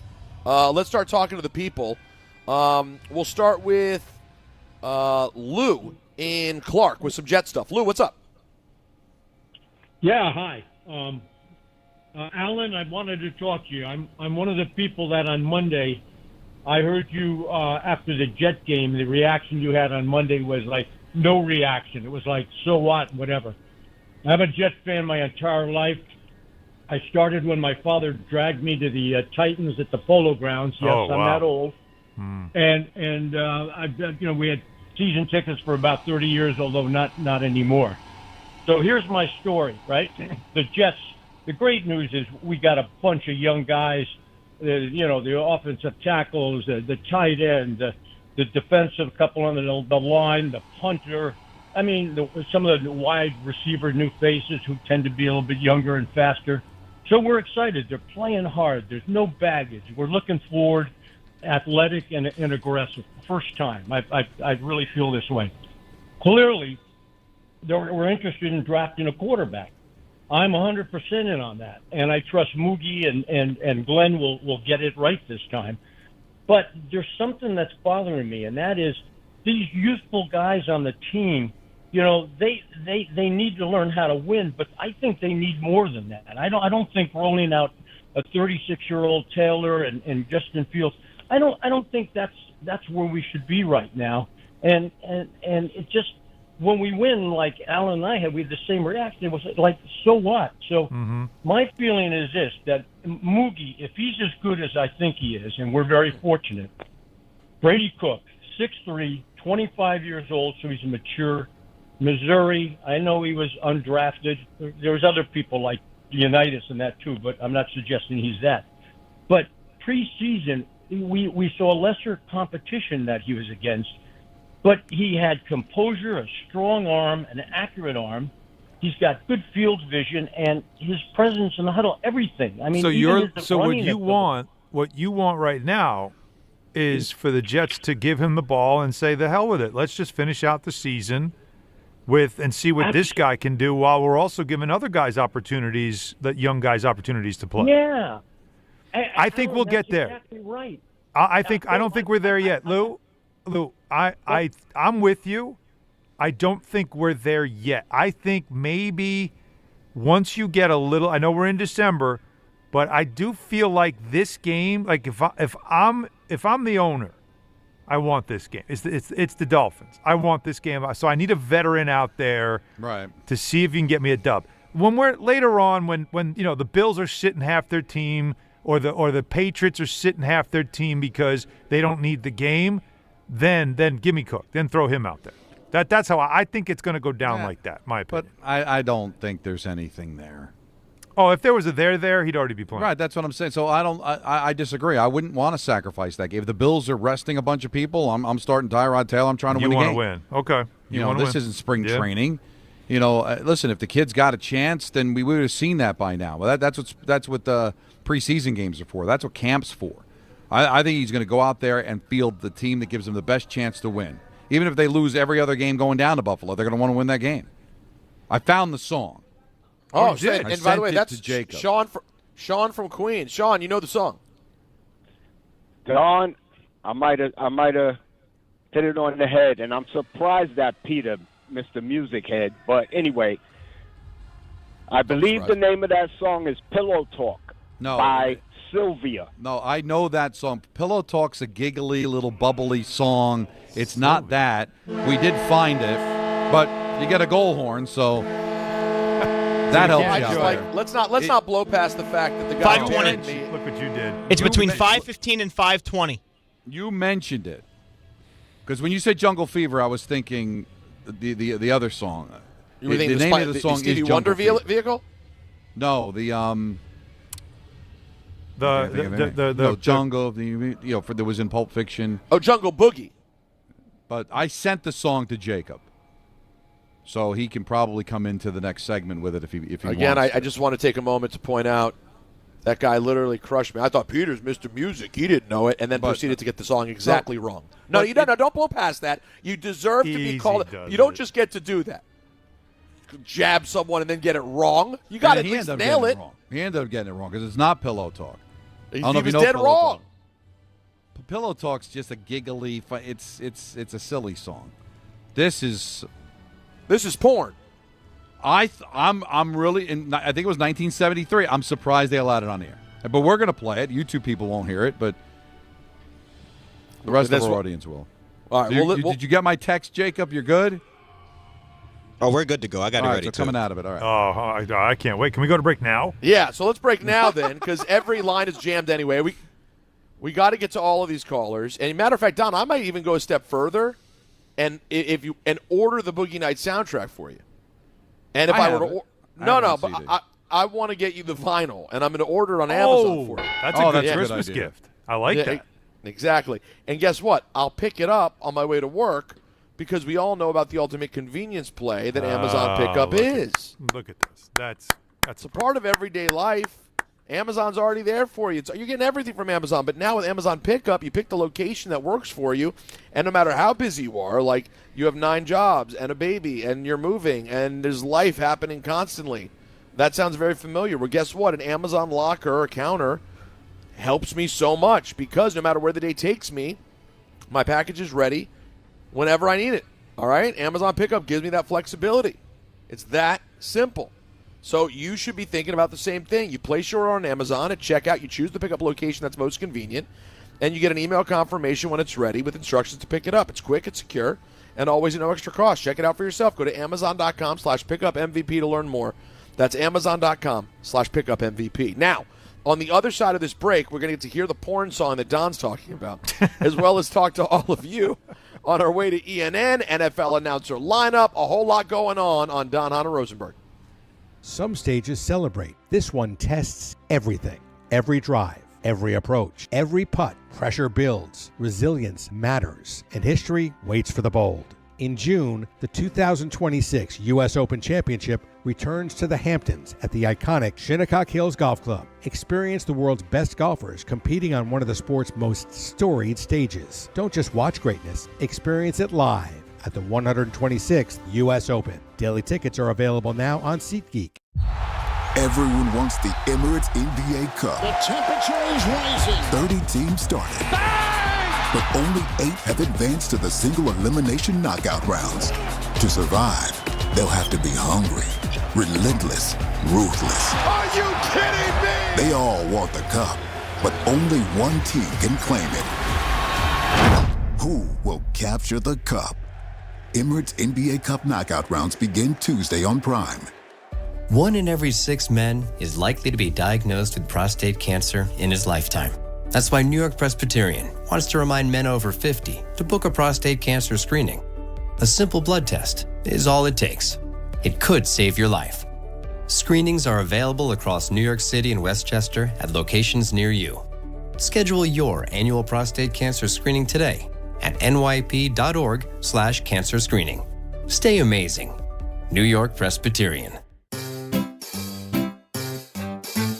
1-877 Cars for Kids. KARS Cars for Kids. 1-877 Cars for Kids. Donate your car today. 1-877 Cars for Kids. Donate your car today. Ready to get rid of that old car? Donate it to Cars for Kids. Call 1-877-CARS-FOR-KIDS to reach a friendly live agent. Donation's super easy, and your car can be picked up as soon as tomorrow. Call us now, 1-877-CARS-FOR-KIDS. That's Cars with a K to donate your car today. 1-877 Cars for Kids. KARS Cars for Kids. 1-877 Cars for Kids. Donate your car today. Hurry! It's your last chance to donate for 2025. Last chance! Donate now for a 2025 tax deduction. Finding great candidates to hire can be like, well, trying to find a needle in a haystack. Sure, you can post your job to some job board, but then all you can do is hope the right person comes along, which is why you should try ZipRecruiter for free at ZipRecruiter.com/ESPN. ZipRecruiter doesn't depend on candidates finding you. It finds them for you. Its powerful technology identifies people with the right experience and actively invites them to apply to your job. You get qualified candidates fast. So while other companies might deliver a lot of hay, ZipRecruiter finds you what you're looking for. The needle in the haystack. See why 4 out of 5 employers who post a job on ZipRecruiter get a quality candidate within the first day. ZipRecruiter, the smartest way to hire. And right now, you can try ZipRecruiter for free. That's right, free at ZipRecruiter.com/ESPN. That's ZipRecruiter.com/ESPN. ZipRecruiter.com/ESPN. ZipRecruiter.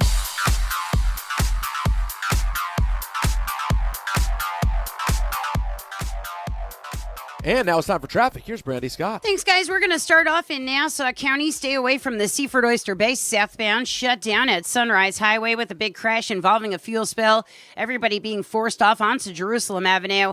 All of your purchase the outbound George pretty terrible aside from the Henry Hudson. Second choice West Side Highway northbound. Bumper to bumper there from the 79th Street Boat Basin. Outbound Lincoln still your best ride at 20 to 30. Outbound Hahn now close to an hour. We've got the Devil's Home at the Rock in Newark tonight in Jersey. 280 just crawling in both directions, heading over to 21 and the Stickle Drawbridge. 80 westbound finally cleaned up that truck fire. All lanes back open by exit 57 in Patterson. This report is sponsored by Mothers Against Drunk Driving. For victims of drunk and drug driving, your grief is unique, but you're not alone. You always have a place at MAD. Visit mad.org. I'm Brandy Scott on 880 ESPN New York. The post-career day press conference brought to you by Progressive. Anthony, can you tell us what happened during career day? I'm a biomedical researcher. The kids just weren't impressed. How did you feel when your son called in the backup? Embarrassed, and I knew it would be a fireman. It's always a fireman. It's cliche, but a crowd favorite. He had an axe and everything. I can't compete with that. And will the fireman be helping your son with his science fair project? Hope not. I'm literally a scientist. Like it or not, sometimes you need a backup. That's why there's Progressive to protect your home and auto. Progressive Casualty Insurance Company affiliates and other insurers. Not available in all states or situations. This one's for the flavor fanatics. Sour apple 5-hour energy shots don't mess around. They bring the bite.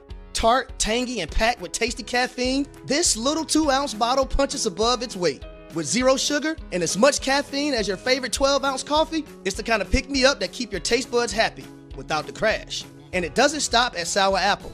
There are 17 bold flavors waiting for you to discover. Pick one up in store or stock up online at 5hourenergy.com or on Amazon today.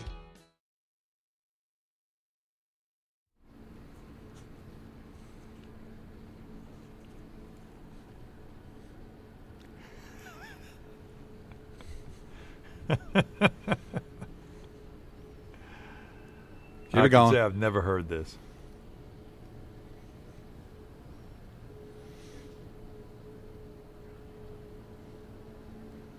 Yeah, there's sex happening.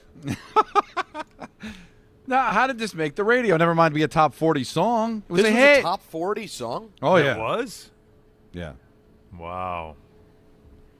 I don't I got to tell you, sometimes you guys tell me things are top 40 that I cannot believe. Like, No. there's no familiarity whatsoever. Now, the name of the Greg Wilson wrote it is I don't even CHAKACHAS is the name of the song, and I want to see how far it got. I just never want to hear Don's replication of a Latin woman in the middle of No? You sure? fun time. It was Alan. It was troubling. I was trying to. Don't worry, we'll hear it in about 30 minutes. It's just going to be hard for me to get up from that. No pun intended. All right. Well, I mean, I'd gladly go back to Donna Summer after that. It was a top 10. It made it to the top 10. It was a top 10 song? See, the 70s were not a prude time, Don. They were not. Well, they weren't a prude time, but for like radio and television, we weren't that far removed from. No, well, that's. Like, you couldn't say pregnant on TV. Well, that's different. No, what was mainstream stuff, like, again, the Osmonds, all that stuff, like that was, yeah. Well, what's more mainstream than, American Top 40? I know, but I'm not saying it. No, I get why the song was written. I love it.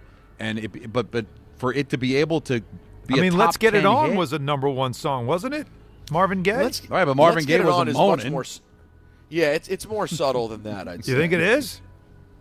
Yeah. Okay. Nothing subtle about that. Nothing subtle about Let's Get It On, baby. Yeah, because who was Yeah, who was Like, the Mom, who what's was this the about? ref in boxing used to say that too? It hit a little bit different. Yeah, let's get it out. Mills Lane said it. Yeah, Mills Lane. Mills Lane. How can you take literally the same phrase, Right. and make it mean completely opposite? Something totally different, right. Imagine just being like that kid in the back seat of your mom's Dodge Dart, and this is playing on the radio, and you're like, Mom, what's this song about? Let's get it on. Yeah. All right, let's go to the phone line. Speaking of movement, no one gets you going on a Friday like Dick in Manhattan. Hey, Dick. Hi, Peter, Don, Alan, fellas. You mentioned Donna Summer, 1975. Love to Love Your Baby. It was around this time, and it was also around this time the Yankees got their version of Mickey and Willie.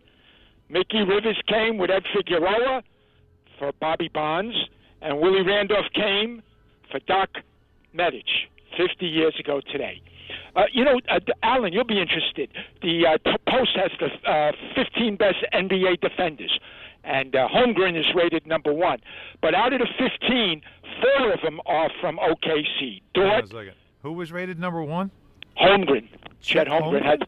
Yep, number 1. Number 1 defender in the NBA. Well, he's got the best chance of being Defensive Player of the Year. Correct. As of now, and Vegas knows what they're talking about. All right. 4 out of the 15 guys are from OKC. Well, they have the best defense in the league. Well, and Wimbayani is 3rd. Mobley was 2nd. Well, anyway. Wembanyama's injury kind of hurts it because I would say that he's the best defender in the league, but okay. All right, now I have two criticisms on the NBC games. Sunday night, Tirico and Collinsworth. The great catch by Burks. They didn't mention the great defensive defending by the cornerback. He was I've never seen a guy on top of a guy like that. And the pass that Mariota threw was perfect. That was the only place he can throw the ball where Burks can make the whole thing was unbelievable. They just kept telling you how great the catch was, and it was. It probably was better than Beckham's because of the circumstances. It was unbelievable. But you gotta credit the quarterback and the defensive back. They were, I wouldn't say equally, but they were just as good. I mean, they were pretty damn good. And in the Knicks-Celtic game, now I know you guys didn't watch the NBC feed. I just happen to have it on. Reggie Miller said one of the most stupid things I've ever heard. Okay. In the second quarter, first of all, the Knicks were up by 16 or 18. And then Boston comes back in the middle, in the beginning of it. So Reggie says, when Boston comes back, in the middle of the second, and they tie it up, take the lead, he says, in the old regime, he doesn't mention Thibodeau's name, the old regime would have taken out all the subs and brought in the regulars. But credit to Mike Brown, he left all the substitutes in. Reggie, we lost the game because of those 6 minutes. I mean, what credit am I going to give Mike Brown? It's okay to leave the substitutes in, but that's where we lost the game. That was the crucial point right there. So I didn't understand that at all, fellas. Not at all. Well, the moral of the story is that if MSG's also doing the game, just watch MSG. Yeah, that's. Yeah, I'm sure I wouldn't have heard that. That's for sure, fellas. Yeah. Always a pleasure. By the way, one more thing. Did you see, Donnie? Buffalo went from Washington went from last place to first place in 3 weeks, and Ovechkin's got 2 more goals. He may stick around next year to break Gretzky's all-time goals, including the playoffs. It's really unbelievable. We're going to give a stat during the game tonight. The Devils, a week ago today, guys, the Devils beat the Sabres. They won their 3rd consecutive game. So Black Friday. And they were in sole possession of first place in the Eastern Conference. Okay. We haven't even played games a week later on the Friday. Entering today. 1 week later, Devils lost 3 in a row. They're now the 2nd wild card in the East. Crazy. Parity. Talk about parity. No, it is going to be one bad week and knock you out. It is going to be just every team, every single team in the Eastern Conference right now still has a chance to make the playoffs, and that's kind of unheard of. Even though it still feels early, you're like almost some teams will play as many as 29 games. It'll loosen up at some point, but like right now, everybody in the Eastern Conference has got a shot. And if it stays like this going close to the trade deadline, I don't know what anybody's going to do. It's got to be Also- exhausting. Every game's got so much riding on it that you could fall out that easy. Well, That's what's going to make such Damian Woody incredible said, second half. Well, Damian Woody said that the offices in the NFL are flipping out about the parity and how great it is now. Every game is important. I'm sure the NHL's doing the same thing, right? Where all these teams, there's only Calgary and Nashville are really the only teams that I think have zero shot of making the playoffs. That's good. And he's like, these games are intense, right? Yep. Normally, Yep. We grew up watching hockey in December, and it's like, all right, you're making the playoffs. It's kind of just, you got to really love the sport to get into the regular season. Now these games really matter. Every point is so important. By the way, I'm going to push back on something. I don't think the Burks catch was Odell. It was a hell of a catch, but Odell's catch was so insane to me because he gripped the ball with one hand. Yeah. He didn't sort of palm it and pull it in. If you look at it, he grabbed the back of the ball in the air. I just think the Odell catch was on a different level. And was interfered with. And it was a longer pass. I mean, don't get me wrong, it was a sick play by Burks for sure, but I didn't think it was the Odell. In case you missed it, I hate the Odell catch. Despise it. We know how you feel. If it's Everything dead to you about it. for so many reasons. Well, they lost the game. Well, that's number one. Yeah. Well, I thought that's the reason why you try to catch balls. Yeah, is to win. the whole idea is having a great play in a losing game is. Yeah, but don't you think, Don, if he had gone on to not have issues and became an all-time giant, don't you think it would have aged a little differently? Oh, I'm sure it would have, but I'm not even getting on him. It's just that where are we gone with that? Like one playoff win since then, 2 playoff appearances. Yeah, it didn't end well for him, but let's say he stayed here and was like an all-time great giant. I'm sure that would have led to a lot more successful football if he had been great and stayed here. But I'm not even bitter about that. I'm just bitter about the fact that we celebrate that damn catch. You still lost the game. And what have you been since then? And by the way, you guys already have an insane catch, like from a few years earlier. It was in a Super Bowl.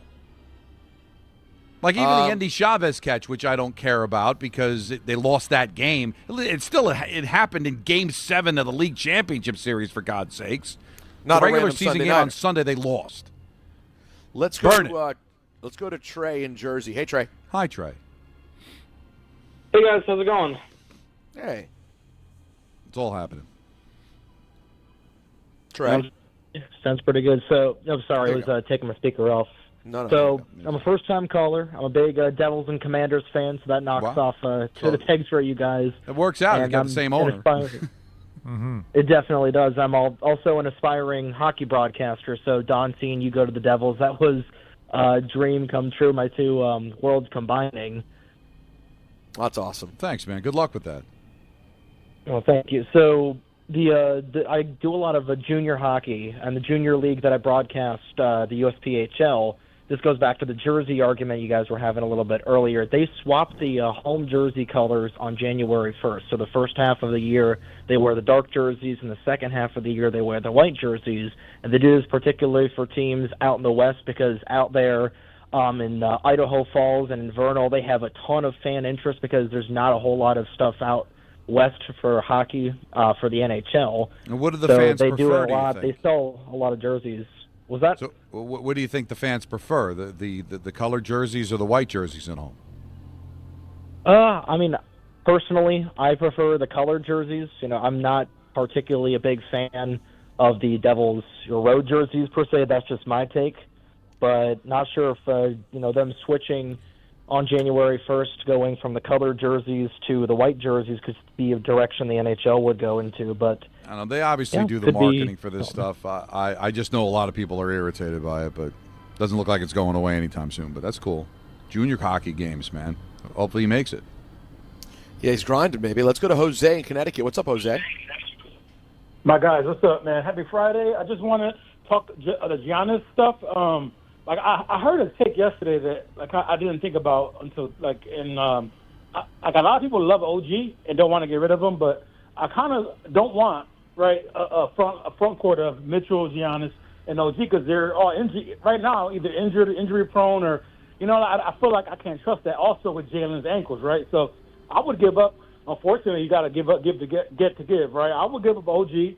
I keep Mikal because he can, he's healthy and he can shoot the three. I saw a trade. I don't really thought about it. I saw a crazy trade idea.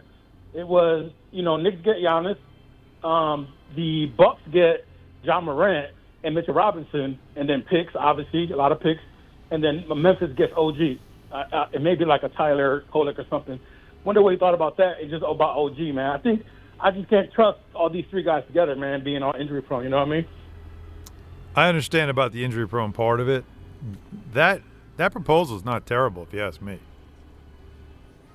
Again, I think OG's great, and I think he might be coming back here sooner rather than later. Whether it's tonight or I haven't seen the latest injury report. He's listed as questionable last I saw. It could have changed in the time we've been on the show.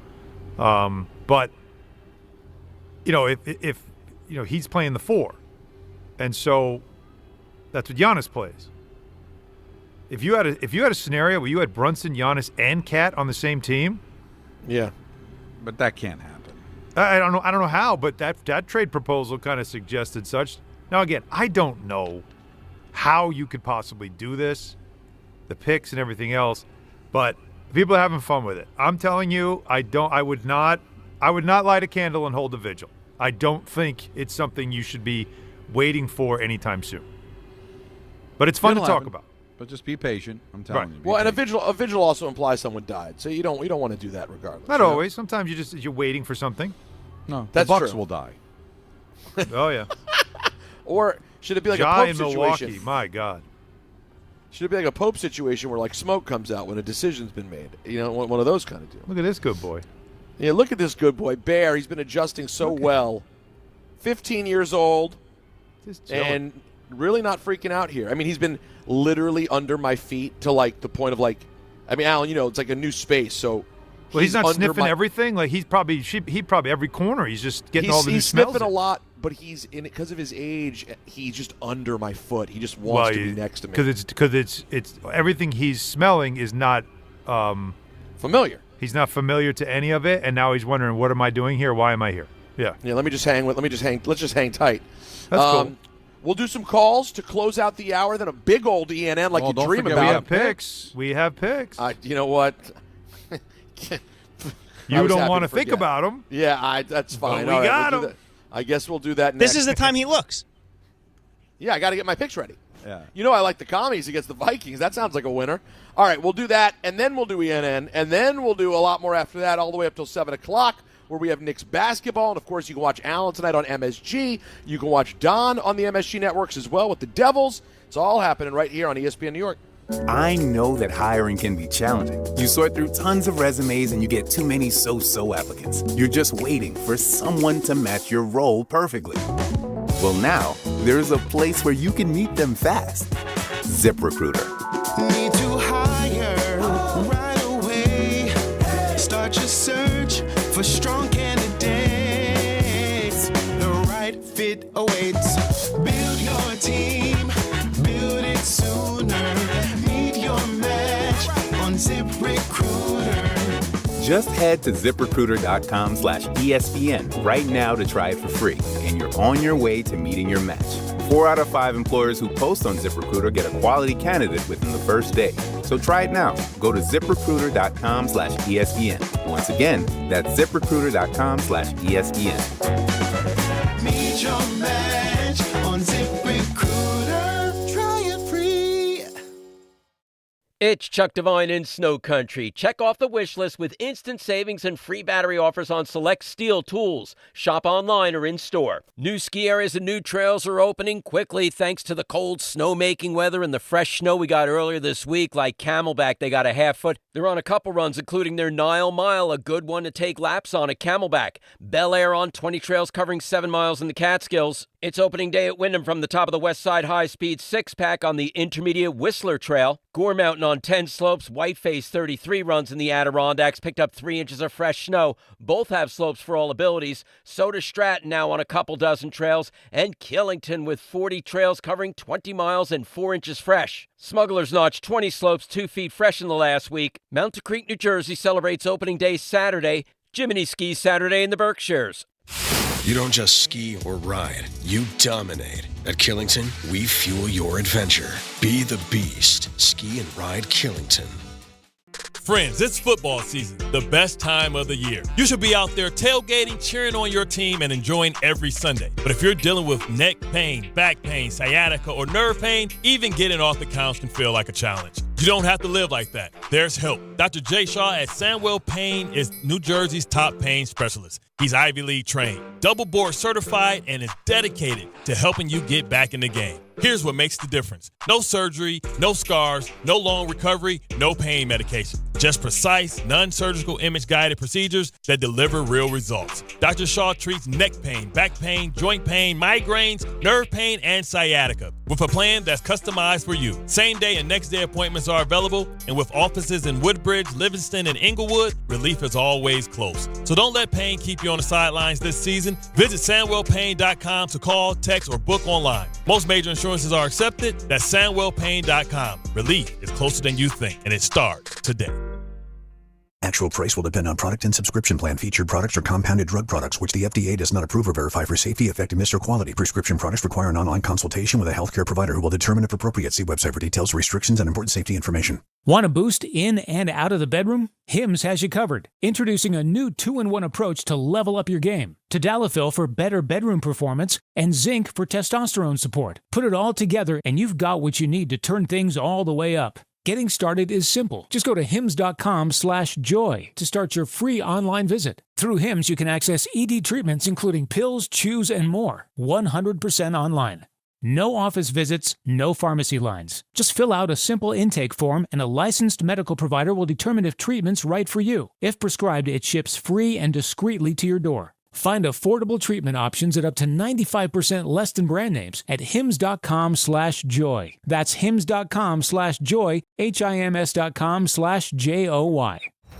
ESPN New York is throwing a holiday party you don't want to miss. Join us Friday, December 12th at your mother's house in Garden City Park. We'll be broadcasting the Michael K. Show live from 1 to 3, followed by Don, Hahn, and Rosenberg from 3 to 7, all while supporting a great cause. Bring a toy to benefit the Garden of Dreams Foundation and help make the season brighter for local kids in need.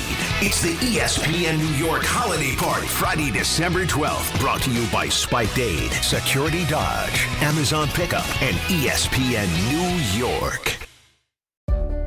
Ox Spine at New York Presbyterian is always in pursuit of a better way to heal the spine. We're getting more people moving again with minimally invasive, non-surgical, and surgical treatments with innovative solutions for every back and spine condition and your unique needs. Expert spine care is available now across New York City and Westchester. Find a doctor at nyp.org/oxspine. Stay amazing. New York Presbyterian. What's the game called? Football. These are the Don, Hahn, and Rosenberg Pro Picks. That's football! Well, it's happening, I suppose. It is. It's time for Week 14. Here are your standings. Don La Greca's gloriously in first place. A record of 19-20, 35 points. He was 2-1 last week. God, it's unreal. I think of Don like actually doing well. And then I look at his and he's not. I look at his record. I go, this is for a normal year, this would be bad. But then you have Alan Hahn in second place, 16-24. 31 points. He already got his 2-point play yesterday, which is the opposite of me. I stupidly went against him for no good reason. And as a result, I'm 13-27, by far the worst record I've ever dreamed of. 27 points, 0-1 this week. And for as god-awful as we all are, it's only 8 points separating first and last place as we head into Week 14.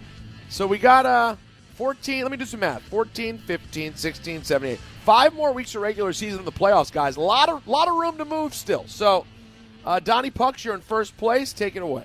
All right, I'm going to go with a game I think you might have on your docket. The Commies, they travel to Minnesota to take on the Vikings. They're getting 2.5. They get their quarterback back. And the Minnesota Vikings, have lost 4 consecutive games against the spread, which is right now the longest streak currently going on in the NFL, as Minnesota is definitely sinking fast. So I like the Commies as my 1-point play, getting 2.5 on the road. The road theme is going to continue, guys, because I got the Rams in Arizona to take on the Cardinals. It's a hefty 8.5 points, but the Rams have to be licking their wounds after taking a step back, losing to Carolina. But, Carolina's above 500. There's no shame in losing to them. It's just we anointed L.A. as the team to beat in the NFC, and they immediately lose. I think they're going to bounce back and cover that number against the Cardinal team that's been an absolute mess. That's my 2-point play. And I'm digging the Seahawks, man. I know they've disappointed me a couple of times this year when I've picked them. But Atlanta, we saw them against the Jets last week. They're just not a good football team. And even though the Seahawks are on the road, it's only 7. And I think the Seahawks are quietly becoming that team. And I would not be surprised if by the time we talk on Monday, we might be talking about the Seahawks as maybe the team that we anoint that might come out of the NFC. And plus the Hawks, they've been miserable against the spread, and the Seahawks are 9-3 against the spread in their last 12. So I like the Seahawks to cover. The 7 is my 3-point play. So I like the Commies getting 2.5 as my 1-point play. I like the Rams favored by 8.5 as my 2-point play, and the Seahawks favored by 7 as my 3-point play. So I like 3 road teams this week. Guys, I have to cut in here real quick. Oh, no. We talked about if there was a big swing from what our cover 5 lines were to what the DraftKings line is for a game, that we would address it. Okay. On DraftKings right now, as it stands, you can check down on ESPN, the Commanders are -1.5 against the Vikings, not dogs. So that's a pretty big swing. And I feel like I would be derelict in my duties not to bring it to everybody's attention. Derelict. So should we use that line? Should Don get a chance to either take that line or pick something else? Or should we go with the cover 5 line? I'm leaving this up to you guys. Because all 3 of you would then pick from this line. Don, does it affect your pick? I mean, going from getting 2.5 to now, becoming the favorite in the game for 1.5. But with 2.5, I'm going to stick with my pick of the Commanders. So so we're going to go with Commanders -1.5. Yes. Okay. All right, lock it in. That's a big swing, guys. Yeah, that's a 3-point swing to you and me. Mm-hmm. Yeah, well, I mean, we're playing yo-yo reindeer games first of all. But Second of then all, on the cover 5, I went to ESPN this morning doing these picks, and it was the Vikings as the 2.5-point favorite. So I don't want to blame cover 5. I think this is a recent development. So Jaden the Daniels quarterback gave them 4 points, and McCarthy was cleared, so that took away. Which is that what it was? It didn't help. Right. I don't think it helped. David Borealis isn't starting for Minnesota this week? That's unfortunate. Aurora Borealis. All right, so I already have my 2 in the pocket, and I'll take it. I really do wish I believed in it enough to make it a 3, but that's okay because I've got a better 3 today. If you want to change it to 3 now, you can do that. No, I'm all set.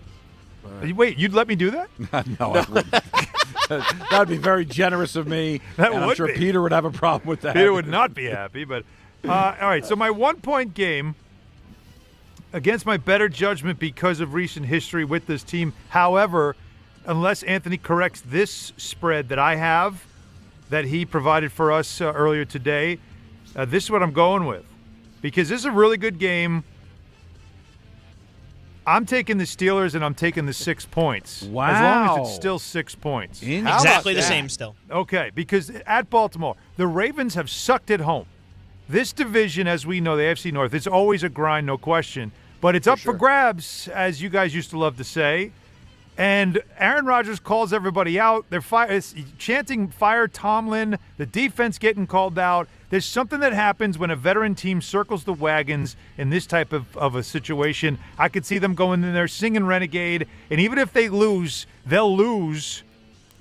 But it'll be, to me, 6 points is insane for a Baltimore team that's, yes, they're winning now. They're not winning pretty. And Lamar, ankle issues, hasn't practiced this week, and he really hasn't looked that good. So I'll take the Steelers and the 6 for my 1 point. Wow. Now my 3-point play. They saved me last week. I'm going to believe in them again. Joe Cool, Joe Burrow at Buffalo. This is bold. 5.5 points. Correct me if I'm wrong, Anthony. Checking now. All right. That's what it says here, sure. Okay. Put the 5.5 points in my pocket.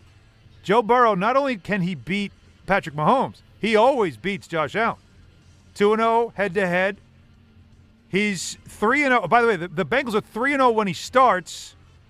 And, crazy enough, he's won his last 8 consecutive starts. How about that? And last but not least, the Bills have failed to cover against their last four games against opponents with a losing record. So, I like this game with the Bengals, and that's my 3-point play. You know what these picks are, Peter? That's what those picks are. Good for you, Alan. That's showing something. Put it right there. Put it right on the table. Well, listen, what am I doing, guys? You're making. Come on. Can I look at me? Look at me. Look at me. You obviously. When did you make these picks? 3 minutes ago. Hold on. Let Bear pick it. What's the difference? Hold on. Got him. Oh, well, did you say Bear? Love the Bears. Oh. No, because if you told me you did it like you worked on them this morning, I'd be like, you know what? Why you bother? Don't let it take up too much of your day. No, I did them right now. Now, I've been riding with the Bears quite a bit. The Bears. Listen, I don't know if the Bears can go win in Green Bay, but that 6.5-point line to me is like, oh, it's cute. You guys are winning games. Guess what? You're still going into Green Bay and getting blasted. No, I think the Bears are the real deal. I think they will play very close. Give me the Bears getting 6.5 as Bear knocks into my camera as my 1-point play. All right. Now, you guys know I traditionally, I try to not get emotionally involved, even though sometimes I fail. And I sometimes end up making a mistake in betting the commies. In this particular case, coming off a performance where they looked like they're starting to play like a football team again, getting the quarterback back. Yes. They haven't won since early October. That's crazy. That's before Halloween. They're winning at some point. Getting 2.5, favored by 1.5. Commies are going to win by 3 or 7. I like them to win in Minnesota. And if I'm going to die on my sword, make my commies my 3-point play. Right on the table for your ace. Right. have the sword go all the way through. Or all the way up. Impaled right through you. Right. So who knows? There's still – Alan and I still have 4 points out on different games over the weekend. We could still come away with me down 8 or tied up. So still a lot to do this weekend. It's all happening. I picked 2 1:00 games, which means I could be driving home after the Knicks game on Sunday. Either I could be spamming you, Peter, text-wise, or I could be ghosting you. Don't want to hear. Well, listen, we'll talk about all of this and much more in our NFL announcer lineup, which is coming up at ENN next, right here.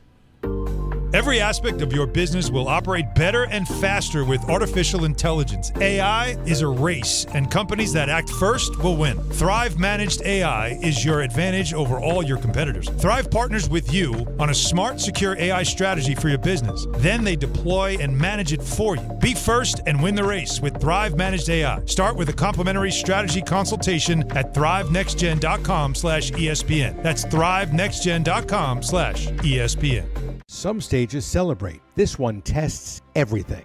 Every drive, every approach, every putt. Pressure builds. Resilience matters. And history waits for the bold. In June, the 2026 U.S. Open Championship returns to the Hamptons at the iconic Shinnecock Hills Golf Club. Experience the world's best golfers competing on one of the sport's most storied stages. Don't just watch greatness. Experience it live at the 126th U.S. Open. Daily tickets are available now on SeatGeek.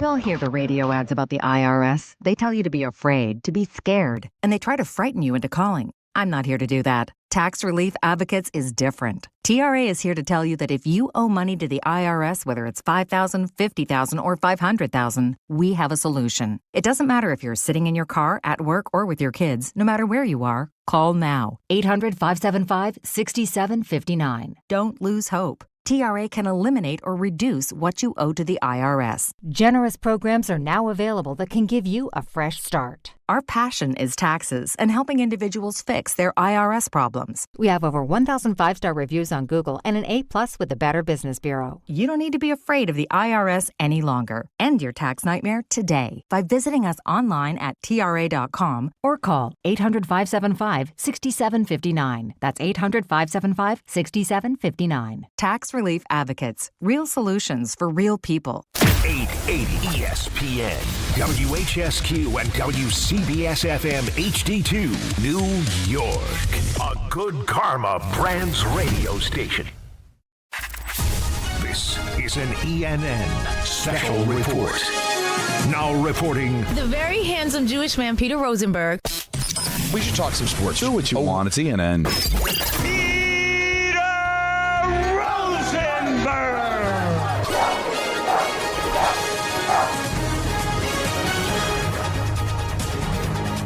Hi. How's everyone doing? Good. Well, was that new or was that it? No, that's all right, cool. That's it. So let's say good evening to Don. Peter, it moved. The fact that that was about Alan very personally is troubling. Good evening to Don. Oi, oi. You requested not to hear that again. You're very clear. I don't ever, Alan. You're not uncomfortable with that. I want to report it. Oi, oi. I don't. First of all, it's. I'm surprised we're playing. Not because of you, because of man. In the right context, I mean, it is a little. What other context can there be? We could put usually it in though people, but like we've had fun with audio lately that we've been able to kind of splice things together and turn it into something. Yeah. But he also like changed it and like made the sound, which is generally like, it's a very hip hop term for people to say "I poppy" is a thing. Yeah. He turned it to like almost an older Jewish version of "oi." It's a very weird. Like no. It's like the ziggy zaggy. Oi, oi, oi. I am so uncomfortable. I've never been more. I don't disagree. If I never heard it again, I think I'd be. No. You know what? Get Crazy Train in the beginning, and then instead of I. How about a little Stranger Things? How about a little Stranger Things with that and Cool Man? Oh, let's do it. You know what? You got some good stuff from the week. Here we go. Let's see what Jacob can do on the fly. You got to do it on time. Cool, man. Okay.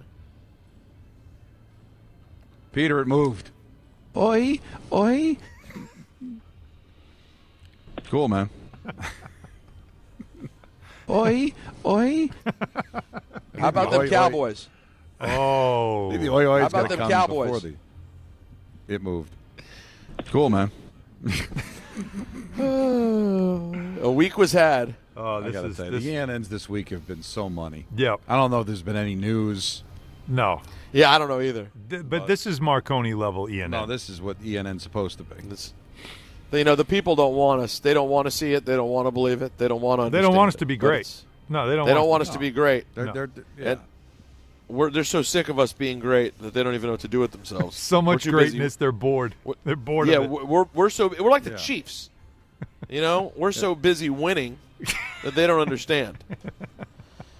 Speaking of winning, when I think winning, I think Devin Williams. Yeah. Was that this week or last week? That was, I believe that was Tuesday. That was this week. I was too lazy to go find the other one. That might have been Tuesday. Okay. Yeah. That's right. Now, speaking of four-year ace, he's not an ace. His name is Devin Williams. However, the Mets and Devin Williams are now friends, and Devin Williams on why the Mets will be a good fit for him.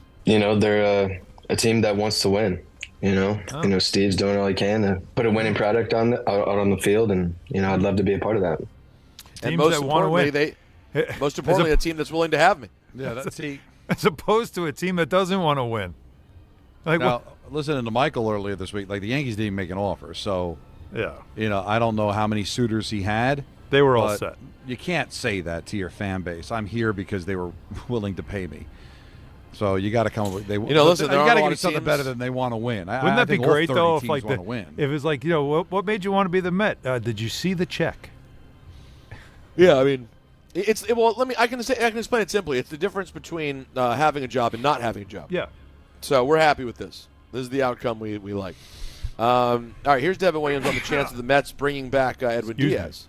I think it's just a good situation. If he comes back, I think we're going to have a really good back end of the pen. So more good arms is always a good thing. That's really it. All right, that's a tough question to ask him. Right. I don't know why they did, because it's not like he has the choice to sign him, but he'd be affected by it, because if Diaz stays, he is going to be your eighth inning guy, and if Diaz leaves, he's probably going to be your closer. But he did get better as the season wore on with the Yankees. He lost his job and then got it back.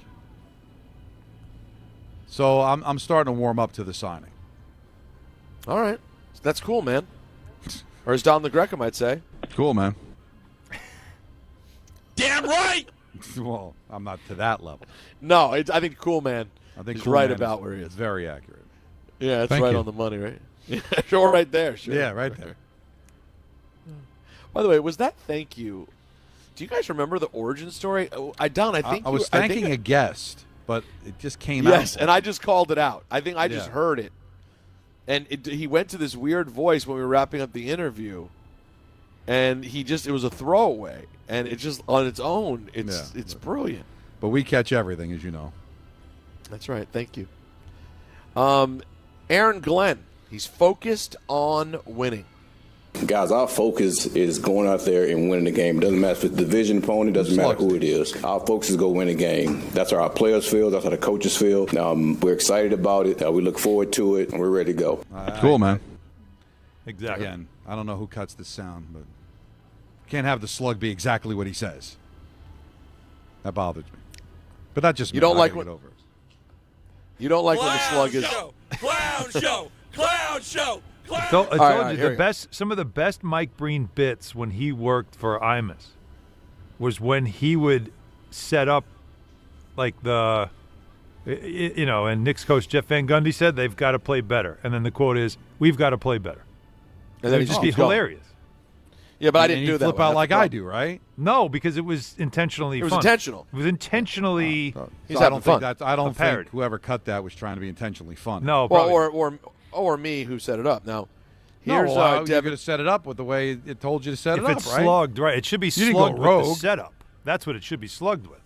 Oh, right. So when it says focused on winning, it shouldn't mean he literally says the words focused on winning. Exactly. He should be like, hey, our top priority is to win this week. Right. I get it. How about this? Aaron Glenn, I'm guaranteeing this won't be the exact words. Aaron Glenn on backup quarterback Brady Cook. He's a very fiery guy, and the one thing that we do quite a bit in practice is we have a number of competition periods, and you see exactly how he goes about his business when his time comes up to really be in that situation to compete. He looks forward to it. He always asks when those opportunities are going to come for him to get a chance to do it, and we make sure we give him those reps. So he's a very competitive guy. He's going to be a quarterback in this league. I do know that. I can't tell you when, right, but he'll be a quarterback in this league. When you're backing up a 36-year-old injury-prone quarterback, your time will come. Yeah. There's a good opportunity. I can't tell you when. Ain't going to be here, but I'm sure he will be one day. That's what it sounds like he's saying. If it means anything to you, back in the day when he was at Missouri, young Brady Cook, he had an opportunity where the starter got injured, and his number was called against none other than SEC powerhouse Georgia. And I'll tell you right now, Brady Cook stepped right in that game, and he threw for 78 yards in a 43-6 loss. So, you can expect, if his number is called, don't you worry. There's a history here, folks. The setup of that, Peter, was brilliant. You didn't know where it was going. You didn't know where it was going. I kind of felt like I knew where it was going, but I was wondering if you were going to surprise me, and then you didn't, which was great, which made it even better. No. You know what I want to do, Peter? But then he got the starting job, and things got a little better. He threw for 78 yards. We don't have the funds, but I would love to just take Jacob, right? Work him out. Start a game. Get him on the sideline, some college team. Get some footage of him throwing the football. Get it on YouTube. Get a buzz going about him, and to see if he gets a call from an NFL team at some point during the season. Right. Just how much could you fake it? Right. Just can we get have him out on the field pretending like he's doing drills and looking like everything looks great. You know, get Mike Tannenbaum on it just to throw something out there. Mel Kiper just saying, hey, this Jacob Perry, man, I don't know if you've noticed him from Alcorn State. Alcorn State. Why not? No, in your case, Jacob, be all porn state. Yeah. Right. You porn state. Which from YouPorn, he's a senior at YouPorn. But would that he's not putting be, up some big numbers? Let me tell you right now. For some reason, he wants to stay for a fifth year. Jacob Perry. I'm entering the transfer portal. Quarterback. YouPorn. Porn State. And it'll be interesting. We'll see whether we get a look at Brady Cook. Hopefully not, guys. Nicely done. I don't like their odds in that situation, and I'd like to see the Jets get a win against Miami. Now, speaking of injuries, Kyler Murray done for the rest of the year. His foot injury has not progressed, according to Jonathan Gannon, the head coach. So he's out for the rest of the year. He gone. On the flip side, Washington Commanders quarterback Jaden Daniels, who has not played since dislocating his left elbow on November 9th, he back, full participant, starting against the Vikings, according to Dan Quinn. T. Higgins has cleared the concussion protocol. He will be available for the Bengals when they go to Buffalo. Big for you there. Oh, yeah. On the flip side, the Chicago Bears, and of course I knew this, will be without their top wideout, Roma Dunze. He did not practice. Yeah, he's out. Good research by you. Yeah, no, I did the work, but that's why the line was what it was, and I feel very comfortable. We'll pound the running attack. I'm feeling great about it. Urlacher's playing. Yeah. You know, as long as Urlacher's good, right. I think this team will go as far as Kyle Orton will take him. Walter Payton's ready, right? He's ready. He's good to go. As long as Richard Dent and Steve Mongo McMichael have something to say, I like this team's odds. Rex Grossman's backing up Caleb. No, Don, this is just in. Caleb, should Caleb not be ready to go, Mike Tomczak is available. Oh, he's good. Good, by the way, backup. That's a Stranger Things drop for you. That's a Stranger pull. Right. Yeah. That could also work in case something were to happen to Rodgers in Pittsburgh. That name also works there. Tomczak, I think, could also work. Is that it? I feel like there's one more. That I'm aware of. I'm sure there were others. Wow. Jacob doesn't feel like playing the music anymore. No, he doesn't. LeBron's streak is over. That's right. 1,297 consecutive double-digit regular season scoring efforts ended when LeBron had a Brady Cook-like performance, 8 points, as the Lakers win 123-120 over the Raptors. He did have the game-winning assist to Hachimura, who hit a three-pointer to end it. Hot potato. But James asked if he had any thoughts after about the streak ending, and he said none. We won. Although I will say, you got to have a little bit of a thought about that, don't you? Like, isn't that like he will later? That is not because of the streak, but because of the bar that the streak sets. Can in terms I tell of you the way you play? Again, that's like Cal Ripken. How that ever gets broken. See you, Don. Take care, gentlemen. Have a great weekend. Cool, man. You too. Cool, man. I hate to say that the show sounds better when Don's gone. Just because of the background music and all the noise. But that background noise is... Yeah. You need to sit I'm up going to miss Don. now. I'm going to miss Don. Oh, my God. That was a moment. That was a moment. Will you admit that we have gotten him, though, to do things that he wouldn't have done on the K Show? No, I wouldn't say that. I would say we've created moments that allowed for those things to happen. I think he's a lunatic who would do anything anywhere. You think so? Okay. I thought there were some things that he wouldn't have done You think it would have held back? Around well, listen, Michael. if it's going to make you feel good, like you have brought something, then absolutely, I think All that's right, good. true. That's all I needed. I needed that for the weekend. I needed to take that into the weekend with me, so thank you for letting me have that. Now, we have to get to the NFL announcer line, but 1 second. We are going to get into a little bit more about the World Cup draw after ENN. Did you reach out to Andrew Gundling? Did we hear back, Anthony? I thought we had an agreement that one of us was going to, and we never determined who. I said I would do it, and then you went, I can do it, and then I said, all right, well, that's it. The producer has spoken. Well, guess what? I'm writing it right now. Clown show. Yeah, he's hit us with a straw. The straw drop was good. Ladies and gentlemen, it's time for your NFL announcer lineup. Big week 14 of the foosball. We start at 1 o'clock. We go down to Atlanta. All right, fire up some Outcasts, some Goody Mob. Get yourself in the zone. Maybe play a little Sir Mix-a-Lot while you're at it because Seattle's in town. Or Macklemore, if that's your speed. The Seahawks and the Falcons in Atlanta, 1 o'clock on Fox with Kevin Kugler. And it's caught! It's a touchdown! He'll be joined by Daryl, Moose Johnson, and Allison Williams. I feel like I got invited to sit at the big kids table. This is awesome, so thank you. We stay at 1 o'clock. We move the channel over to CBS for an AFC North clash. The Steelers of Pittsburgh in trouble.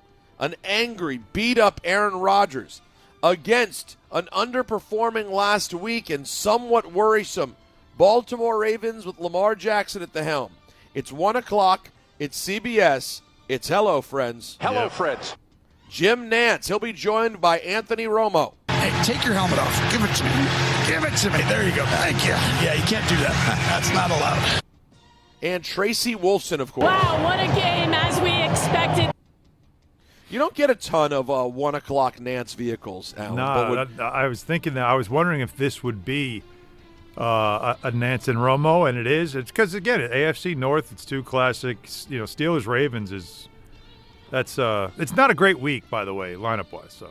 No, it's not. And you would have thought maybe Cincinnati and Buffalo, but as you'll find out shortly, that's a Fox vehicle. That is a Fox vehicle, correct. So we stay at 1 o'clock. We go to Fox, the Titans and the Browns. This game, this smells like a Wednesday in hell. Chris Myers on the call. Hi, I'm Chris Myers. He'll be joined by Stink Schlereth. I literally empty my bladder completely on the bench. Fitting. And Jen Hale. You're such an effort guy. And because they have to play every week, there's, of course, an AFC South matchup. I swear to God, it feels like every week. Smells like Thursday, but it's not. It's the Colts and the Jaguars, CBS 1 o'clock. This is a big game.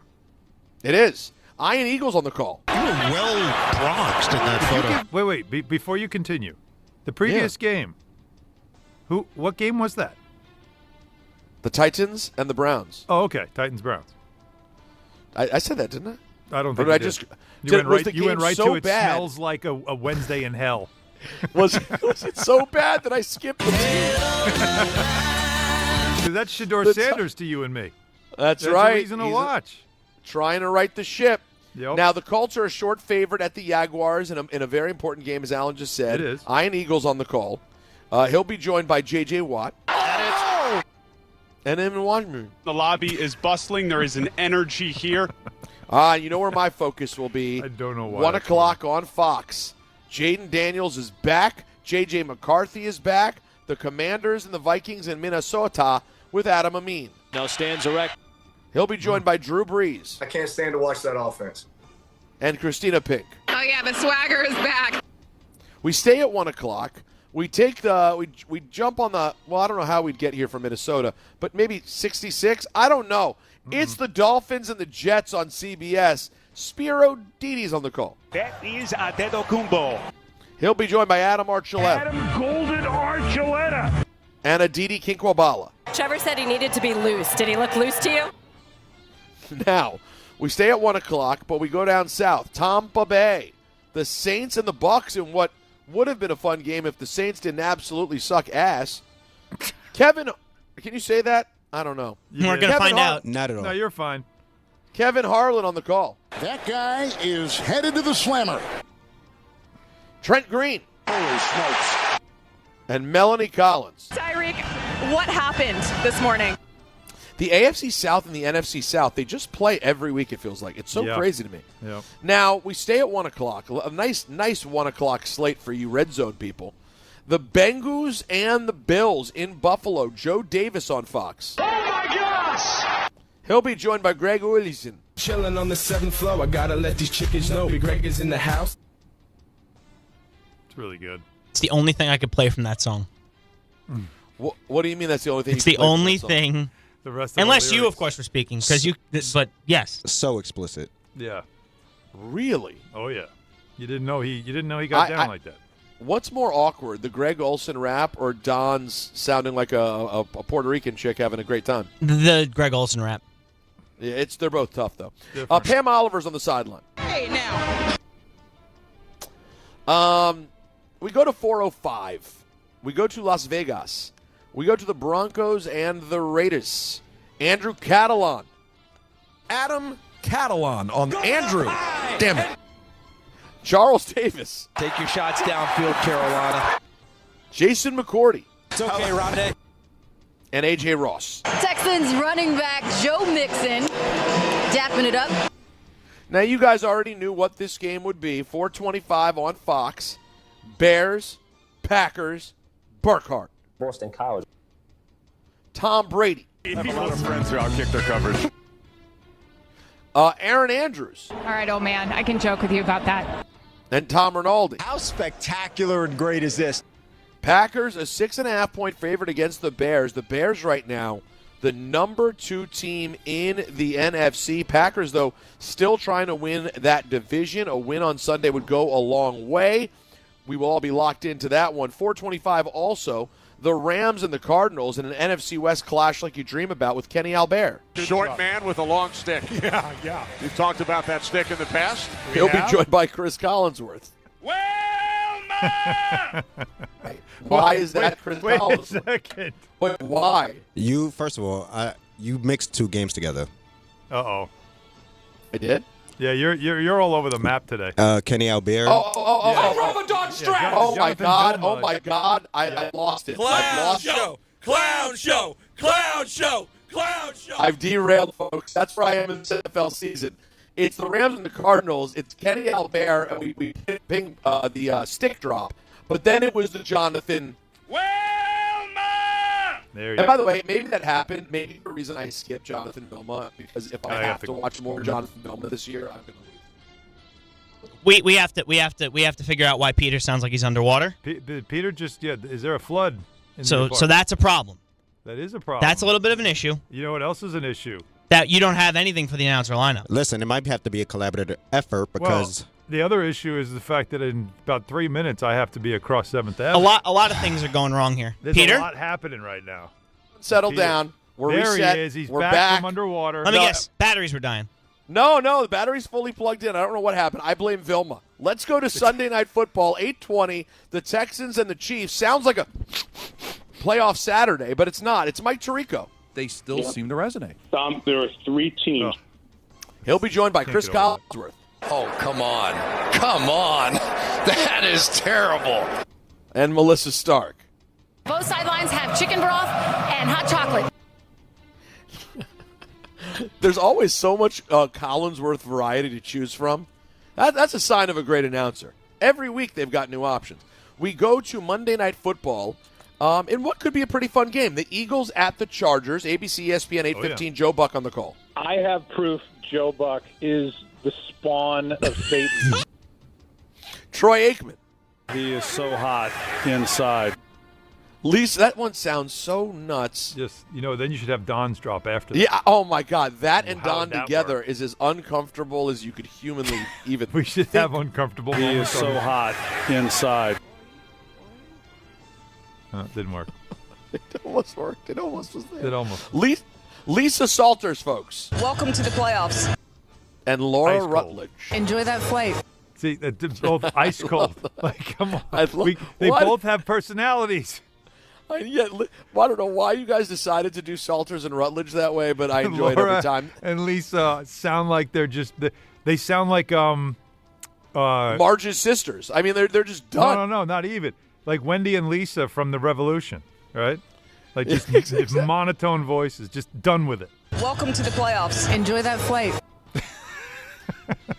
Now combine that with Don. No, I'm just kidding. That'll do it for ENN and your NFL announcer lineup. We got through it. Had some issues. It seemed like out of water. I will see you. Have a great weekend, Peter. I will see everybody on Monday. Have a great call tonight. You don't call it a call, but you get the idea. Do a great job there tonight on MSG, Allen. He will be all over the Knicks and the Yaz, of course, on MSG. And then we are going to take you the rest of the way. Now, I think, you know what happened there, Anthony, at the end of ENN? Tell me. It's that Jonathan Vilma karma. I said, that was... When you speak out on Vilma, all of a sudden things just go wrong. I spoke. I apologize to Jonathan and his family.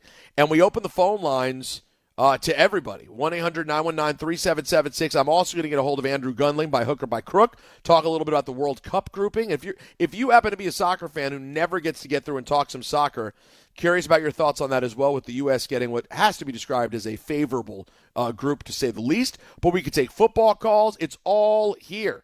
You know what we do late on a Friday on Don, Hahn, and Rosenberg on ESPN New York. Now, folks, let me talk to you about FanDuel for a moment. Why, you say? I'll tell you why. Because the weekend is here, and when the weekend is here, it's time to get in on all the action. And that's what you can do with FanDuel Sportsbook. All right? Here's how it goes.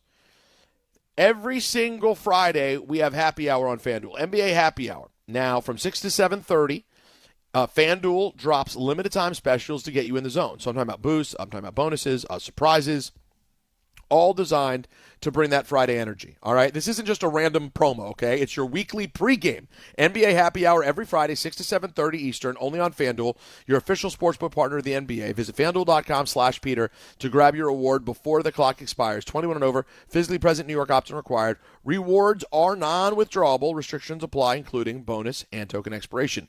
LEG requirements and max wager amount. See terms at sportsbook.fanduel.com. For help with a gambling problem, call 877-8-HOPE-NY or text OPEN-Y 467-369. It's football season, and you should be out there enjoying every play, every tailgate, every moment. But if you're dealing with neck pain, back pain, joint pain, or sciatica, even getting off the couch can feel like a challenge.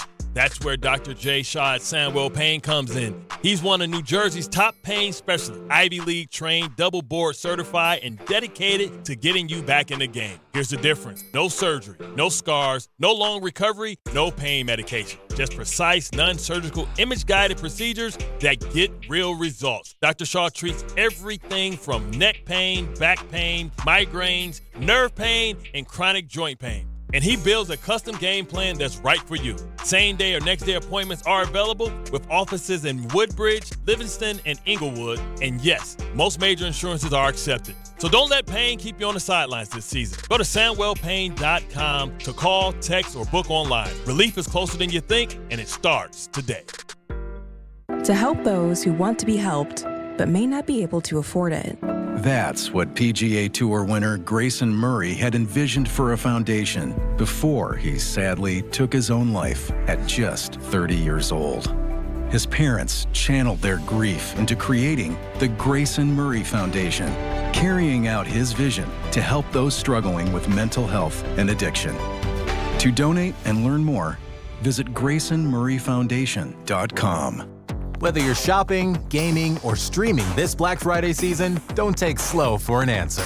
Get Optimum Fiber for the fastest, most reliable, and most consistent internet speeds, starting at $25 a month. Call 888-4OPTIMUM or visit Optimum.com to switch. Act now and get a full year of Netflix, an unlimited mobile line, a $400 prepaid card, and more, all on us. Call 888-4OPTIMUM or visit Optimum.com today. Optimum, don't take slow for an answer. Terms apply. See Optimum.com for details. Finding great candidates to hire can be like, well, trying to find a needle in a haystack. Sure, you can post your job to some job board, but then all you can do is hope the right person comes along, which is why you should try ZipRecruiter for free at ZipRecruiter.com/ESPN. ZipRecruiter doesn't depend on candidates finding you. It finds them for you. Its powerful technology identifies people with the right experience and actively invites them to apply to your job. You get qualified candidates fast. So while other companies might deliver a lot of hay, ZipRecruiter finds you what you're looking for. The needle in the haystack. See why 4 out of 5 employers who post a job on ZipRecruiter get a quality candidate within the first day. ZipRecruiter, the smartest way to hire. And right now, you can try ZipRecruiter for free. That's right, free at ZipRecruiter.com/ESPN. That's ZipRecruiter.com/ESPN. ZipRecruiter.com/ESPN. ZipRecruiter. Getting more as a MyLowe's Pro Rewards member is easier than ever with the Lowe's app. Download it today and earn 500 points the first time you log in. Plus, your digital wallet helps you scan, save, earn, and access what you need to manage it all in one place. Download the Lowe's app and take advantage of your Pro benefits today. Lowe's, we help, you save. Valid 12/1/25 through 1/7/26. Offer valid for first login per organization only. Loyalty program subject to terms and conditions. Additional restrictions apply. Visit Lowe's.com/terms for more details. Subject to change. My name is Whitney Allen. I am a widow. My husband, Ryan, died. We never thought in a million years we'd have to use life insurance. The unexpected happened. With Ethos, it is so fast and easy. It's 100% online. You can get a quote in seconds, apply in minutes, and get same-day coverage. No medical exams, and you can get up to $3 million worth of coverage through Ethos. Get your free quote at ethos.com/game. That's ETHOS.com/game. Time spent on application may vary. Online health questions required. Make cancer screening a part of your annual healthcare routine. New York Presbyterian offers a full range of cancer screenings, including lung, cervical, prostate, colorectal, breast, and more. Regular cancer screenings could save your life by detecting cancer at its earliest, most treatable stages.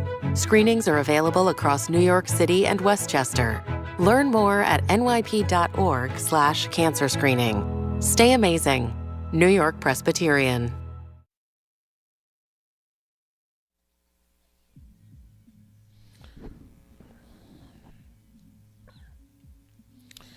All right, we are going to get Andrew Gundling on the line, the great Andrew Gundling, to talk about the U.S.'s draw in the World Cup.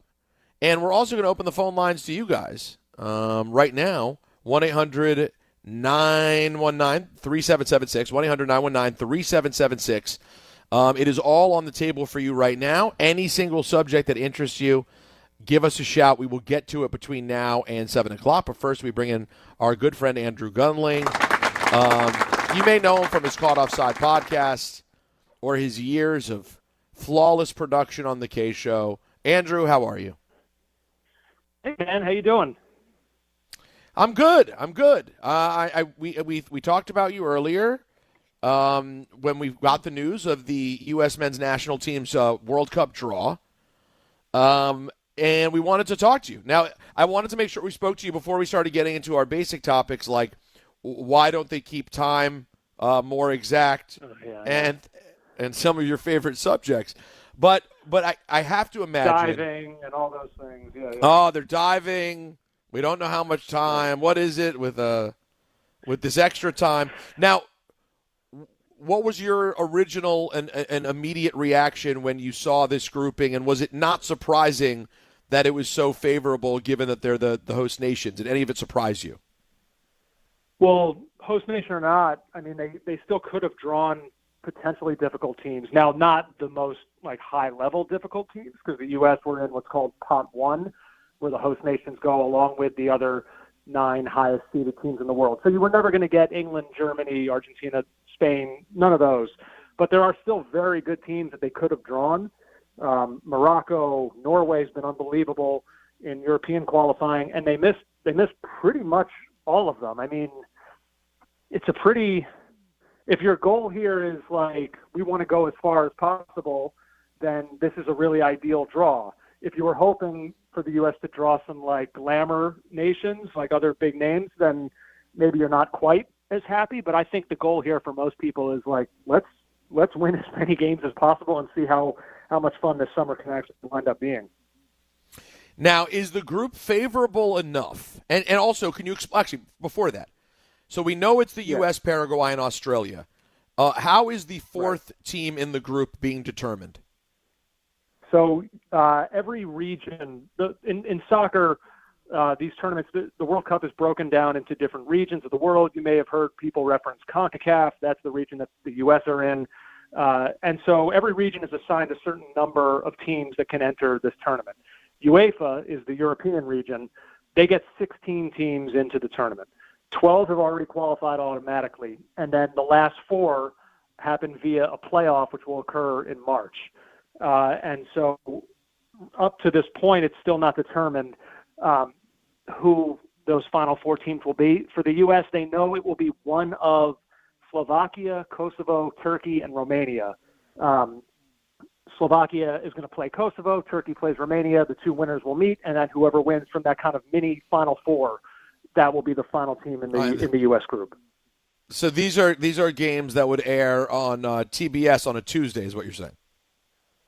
Are these like the True TV? The True TV playing games. Now, would you be waiting with bated breath to see that U.S. Romania rematch from 1994? Oh wow! Look at you. How do you like that? How do you like that? Well, I'll tell you what. I would be interested. So the U.S. The thing that's interesting about this group for the U.S. So they haven't gone through qualifying. When you're a host nation for the World Cup, you qualify automatically. So they haven't had to go through the qualifying cycle, which means they've been able to schedule friendlies against other teams looking for opposition to play. And through a stroke of luck, the U.S. scheduled friendlies recently against Paraguay and Australia. So they're very familiar with them. And then I think the favorite to come through that foursome of teams in Europe would probably be Turkey, who was another friendly that the U.S. scheduled earlier this summer. So there's a chance they'll have played all 3 of the teams in their group within the last 6 months, which is incredibly rare. It almost never happens. So that's the rematch. Turkey really kind of dominated the U.S. in that game. So, yeah, if you're nostalgic, like you are apparently, for the U.S.-Romania rematch that we've all been waiting for, then, yeah, have at it. But I think the one against Turkey, I guess, would be the one that I would be a little more intrigued by. How can you put into words how bad a loss, not getting out of this group, would look for U.S. soccer? Like, because the group is this favorable, is there actually an immense amount of pressure for them to make it out of this stage? Or was that always going to be there just from them being the host nation? So, yes, there will always be, for whoever the host nation is, however, even the tiniest of host nations, there's always inherent pressure to overperform a little bit, whether that means for some countries just get out of the group. For others, you got to win the whole thing. So for the U.S., there was always going to be pressure, no matter what, to do well in this tournament. I would say now, I mean, not getting out of the group would be horrifying. It would be a hideous missed opportunity for the U.S., especially too, Peter. Like, this is the first World Cup with the expanded format. It used to be 32 teams, the top 2 from each group advance, and you go into the round of 16 for the knockout stage. This is the first year where they've expanded to 48 teams. So the top 2 from each group still advance automatically, but the top 8 third-place teams also advance. So think of, like, it would be a disaster of epic proportions. It's hard not to get out. 32 of the 48 teams in this tournament are going to advance out of the group stage into this newly formed round of 32. So I would almost say now for the U.S., like, getting out of the group can't be a measuring stick. The bar has to be higher than simply just getting out of the group. Can you believe, I was just looking back, it was 2018 that they didn't qualify. Right. Do you realize that it's been over 8 years, that means? Or around 8 years. Sorry, it's 2025 now. So it's been 7 to 8 years since me, you, and JJ Devaney were in that small studio back at 125 West End, watching when there was just too much Tobago from Trinidad and Tobago, and the U.S. couldn't qualify. What a night. That's still, I still can't believe that happened. Like, that was one of those sporting events that just, like, never seemed real to me until we were looking at it and there was zeros on until the game was over. So the idea of the U.S. not qualifying is crazy. But, you know, it's those low moments that make this fun. Like, this team looks good right now. They just beat Uruguay 5-1, and Uruguay is a really good team. You know, the U.S. had a rough patch mid-year in the summer. It didn't look good. They've ended the year with five games unbeaten. Momentum is good. Like those nights, that night against Trinidad, it feels no one will ever forget it, but like it feels like a long time ago now, which it was, and like that's good. It's time. Hopefully, this tournament will be like a true turning of the page, if that didn't happen already with 2022. The United States, obviously, 2002 was the best year. They made the quarters and lost to Germany, who went on to the final. Doesn't it feel like, though, at some point, I mean, that was such a long time ago. Like, you just can't simply, if you're the U.S., do round of 16 over and over again. That is just, I know we've said this forever, but like, Andrew, we've been having this conversation since you and I were like, teenagers. And, I'm in my mid-40s. You're catching up with me quickly. At some point, this thing actually has to take a turn in the right direction. Like, something truly affirmative has to happen with this team where you can say in earnest that they're moving in the right direction, no? Yeah, I know. And, I mean, look, this is so the opportunity to do it at home. I mean, just think of how influential this moment could be for American soccer if they're able to go on a run in a way that we haven't necessarily seen before. Now, the thing with these tournaments, though, is it does take, like, yes, the U.S. need to be good. They've got to play well. They've got to stay healthy. There's things like that. But there is this element of it that is luck. Draw, shake it. If we don't know yet what their pathway will be. I think it's tomorrow that they're going to announce which groups will face other corresponding groups in the knockout round. So we don't know yet what the U.S.'s potential opponents would look like should they advance.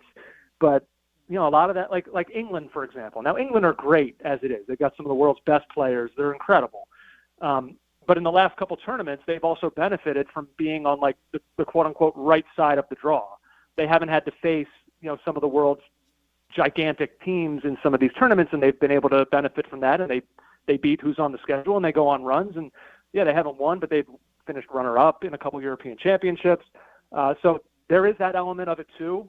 If the U.S. wind up by just, like, sheer unluck of facing France in the round of 32, who are ridiculous and could easily win this whole thing, if the U.S. lose, does that mean that American soccer is not as good as where it should be? I don't know. Right. Now, how it looks matters is what you're saying. Yeah, now look, if they wind up faced with a smaller nation and can't win, then we can have a whole conversation about that. So it's hard to say right now, just like what's the round that they need to get to for this to be a success. How much do you want to bet, and I say this based on nothing but conspiracy, that they end up tomorrow, we'll find out they have a very favorable situation. I guarantee. I guarantee they have a favorable path. It's just a matter of, like, can you beat Qatar? Can you win that game? And will they be able to do that?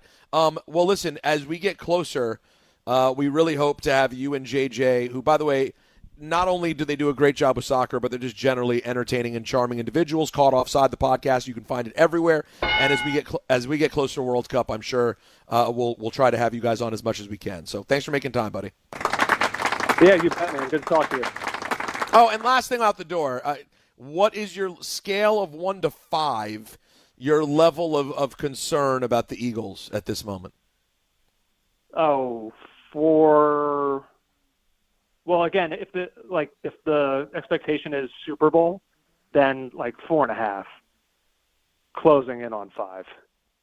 It's coming unglued, is what you're saying. Well, like, I'm sure. I mean, I don't know. You probably don't watch them as closely as I do, but they're on national TV a good amount. You've seen them. Like, oh, dude, sure, I watch them on Black Friday every snap. Yeah. I mean, this offense is just, I don't know.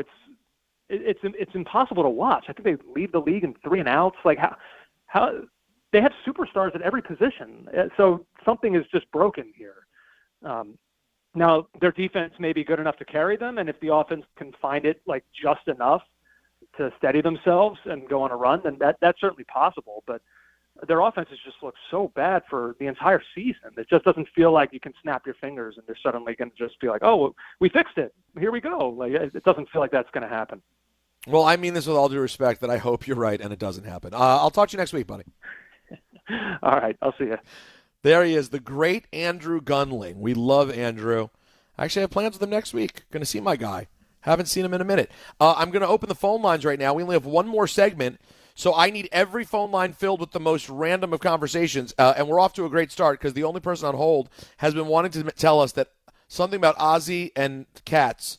The Ozzy Osbourne cat murder is the only person who's been waiting for over 70 minutes to speak. But we'll talk to you guys next, 1-800-919-3776, as we close out Don, Hahn, and Rosenberg on ESPN New York. 1-877-CARS for kids. KARS, Cars for kids. 1-877-CARS for kids. Donate your car today. 1-877-CARS for kids.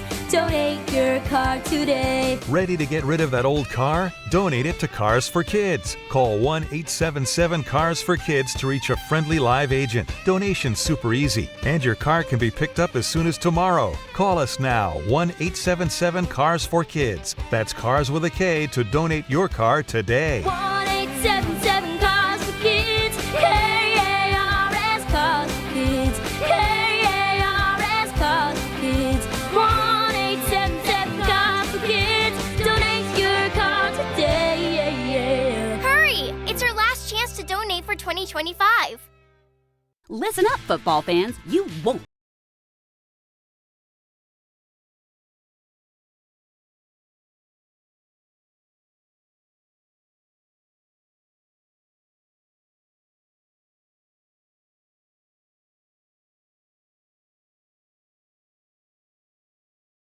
Why it's never ordinary at Bet365. Gambling problem? Call 1-800-GAMBLER. 21 plus only. Must be physically located in New Jersey. T&Cs apply. In-app only.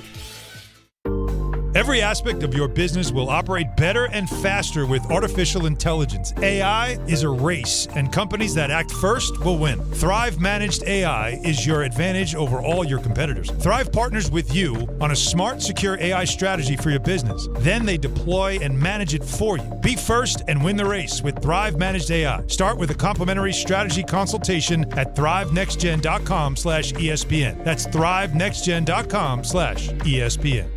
I know that hiring can be challenging. You sort through tons of resumes and you get too many so-so applicants. You're just waiting for someone to match your role perfectly. Well, now, there's a place where you can meet them fast. ZipRecruiter. Need to hire right away. Start your search for strong candidates. The right fit awaits. Build your team. Build it sooner. Meet your match on ZipRecruiter. Just head to ZipRecruiter.com/ESPN right now to try it for free, and you're on your way to meeting your match. 4 out of 5 employers who post on ZipRecruiter get a quality candidate within the first day. So try it now. Go to ZipRecruiter.com/ESPN. Once again, that's ZipRecruiter.com/ESPN. Meet your match on ZipRecruiter. Try it free.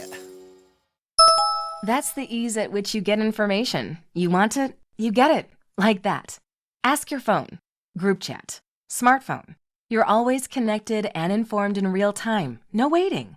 So if you're diabetic and still using finger sticks to read your blood sugar, what are you waiting for? Knowing your blood sugar levels instantly is important for managing diabetes. Call USMed at 888-665-0696. To learn more about continuous glucose monitors, a real-time instant method to track your blood glucose, USMed is an approved provider for Medicare and over 1,000 private insurers. And the best part? Call 888-665-0696 and we'll give you a free insurance benefits check today. So call 888-665-0696 today. That's 888-665-0696 and manage your diabetes as easy as...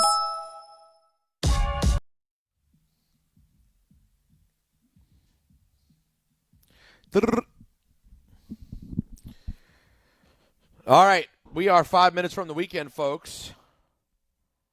1-800-919-3776. Any single topic you want to get in the next 5 minutes, I will put you on. That's how we do it. It's truly Freedom Friday. Anthony in Jersey City. What's up, Anthony? Yo, Rosenberg. What's up, man? I've been a fan for years. I used to listen to Hot 97 every morning for years. No Thanksgiving wrap this year? No, I dropped this year. You left us.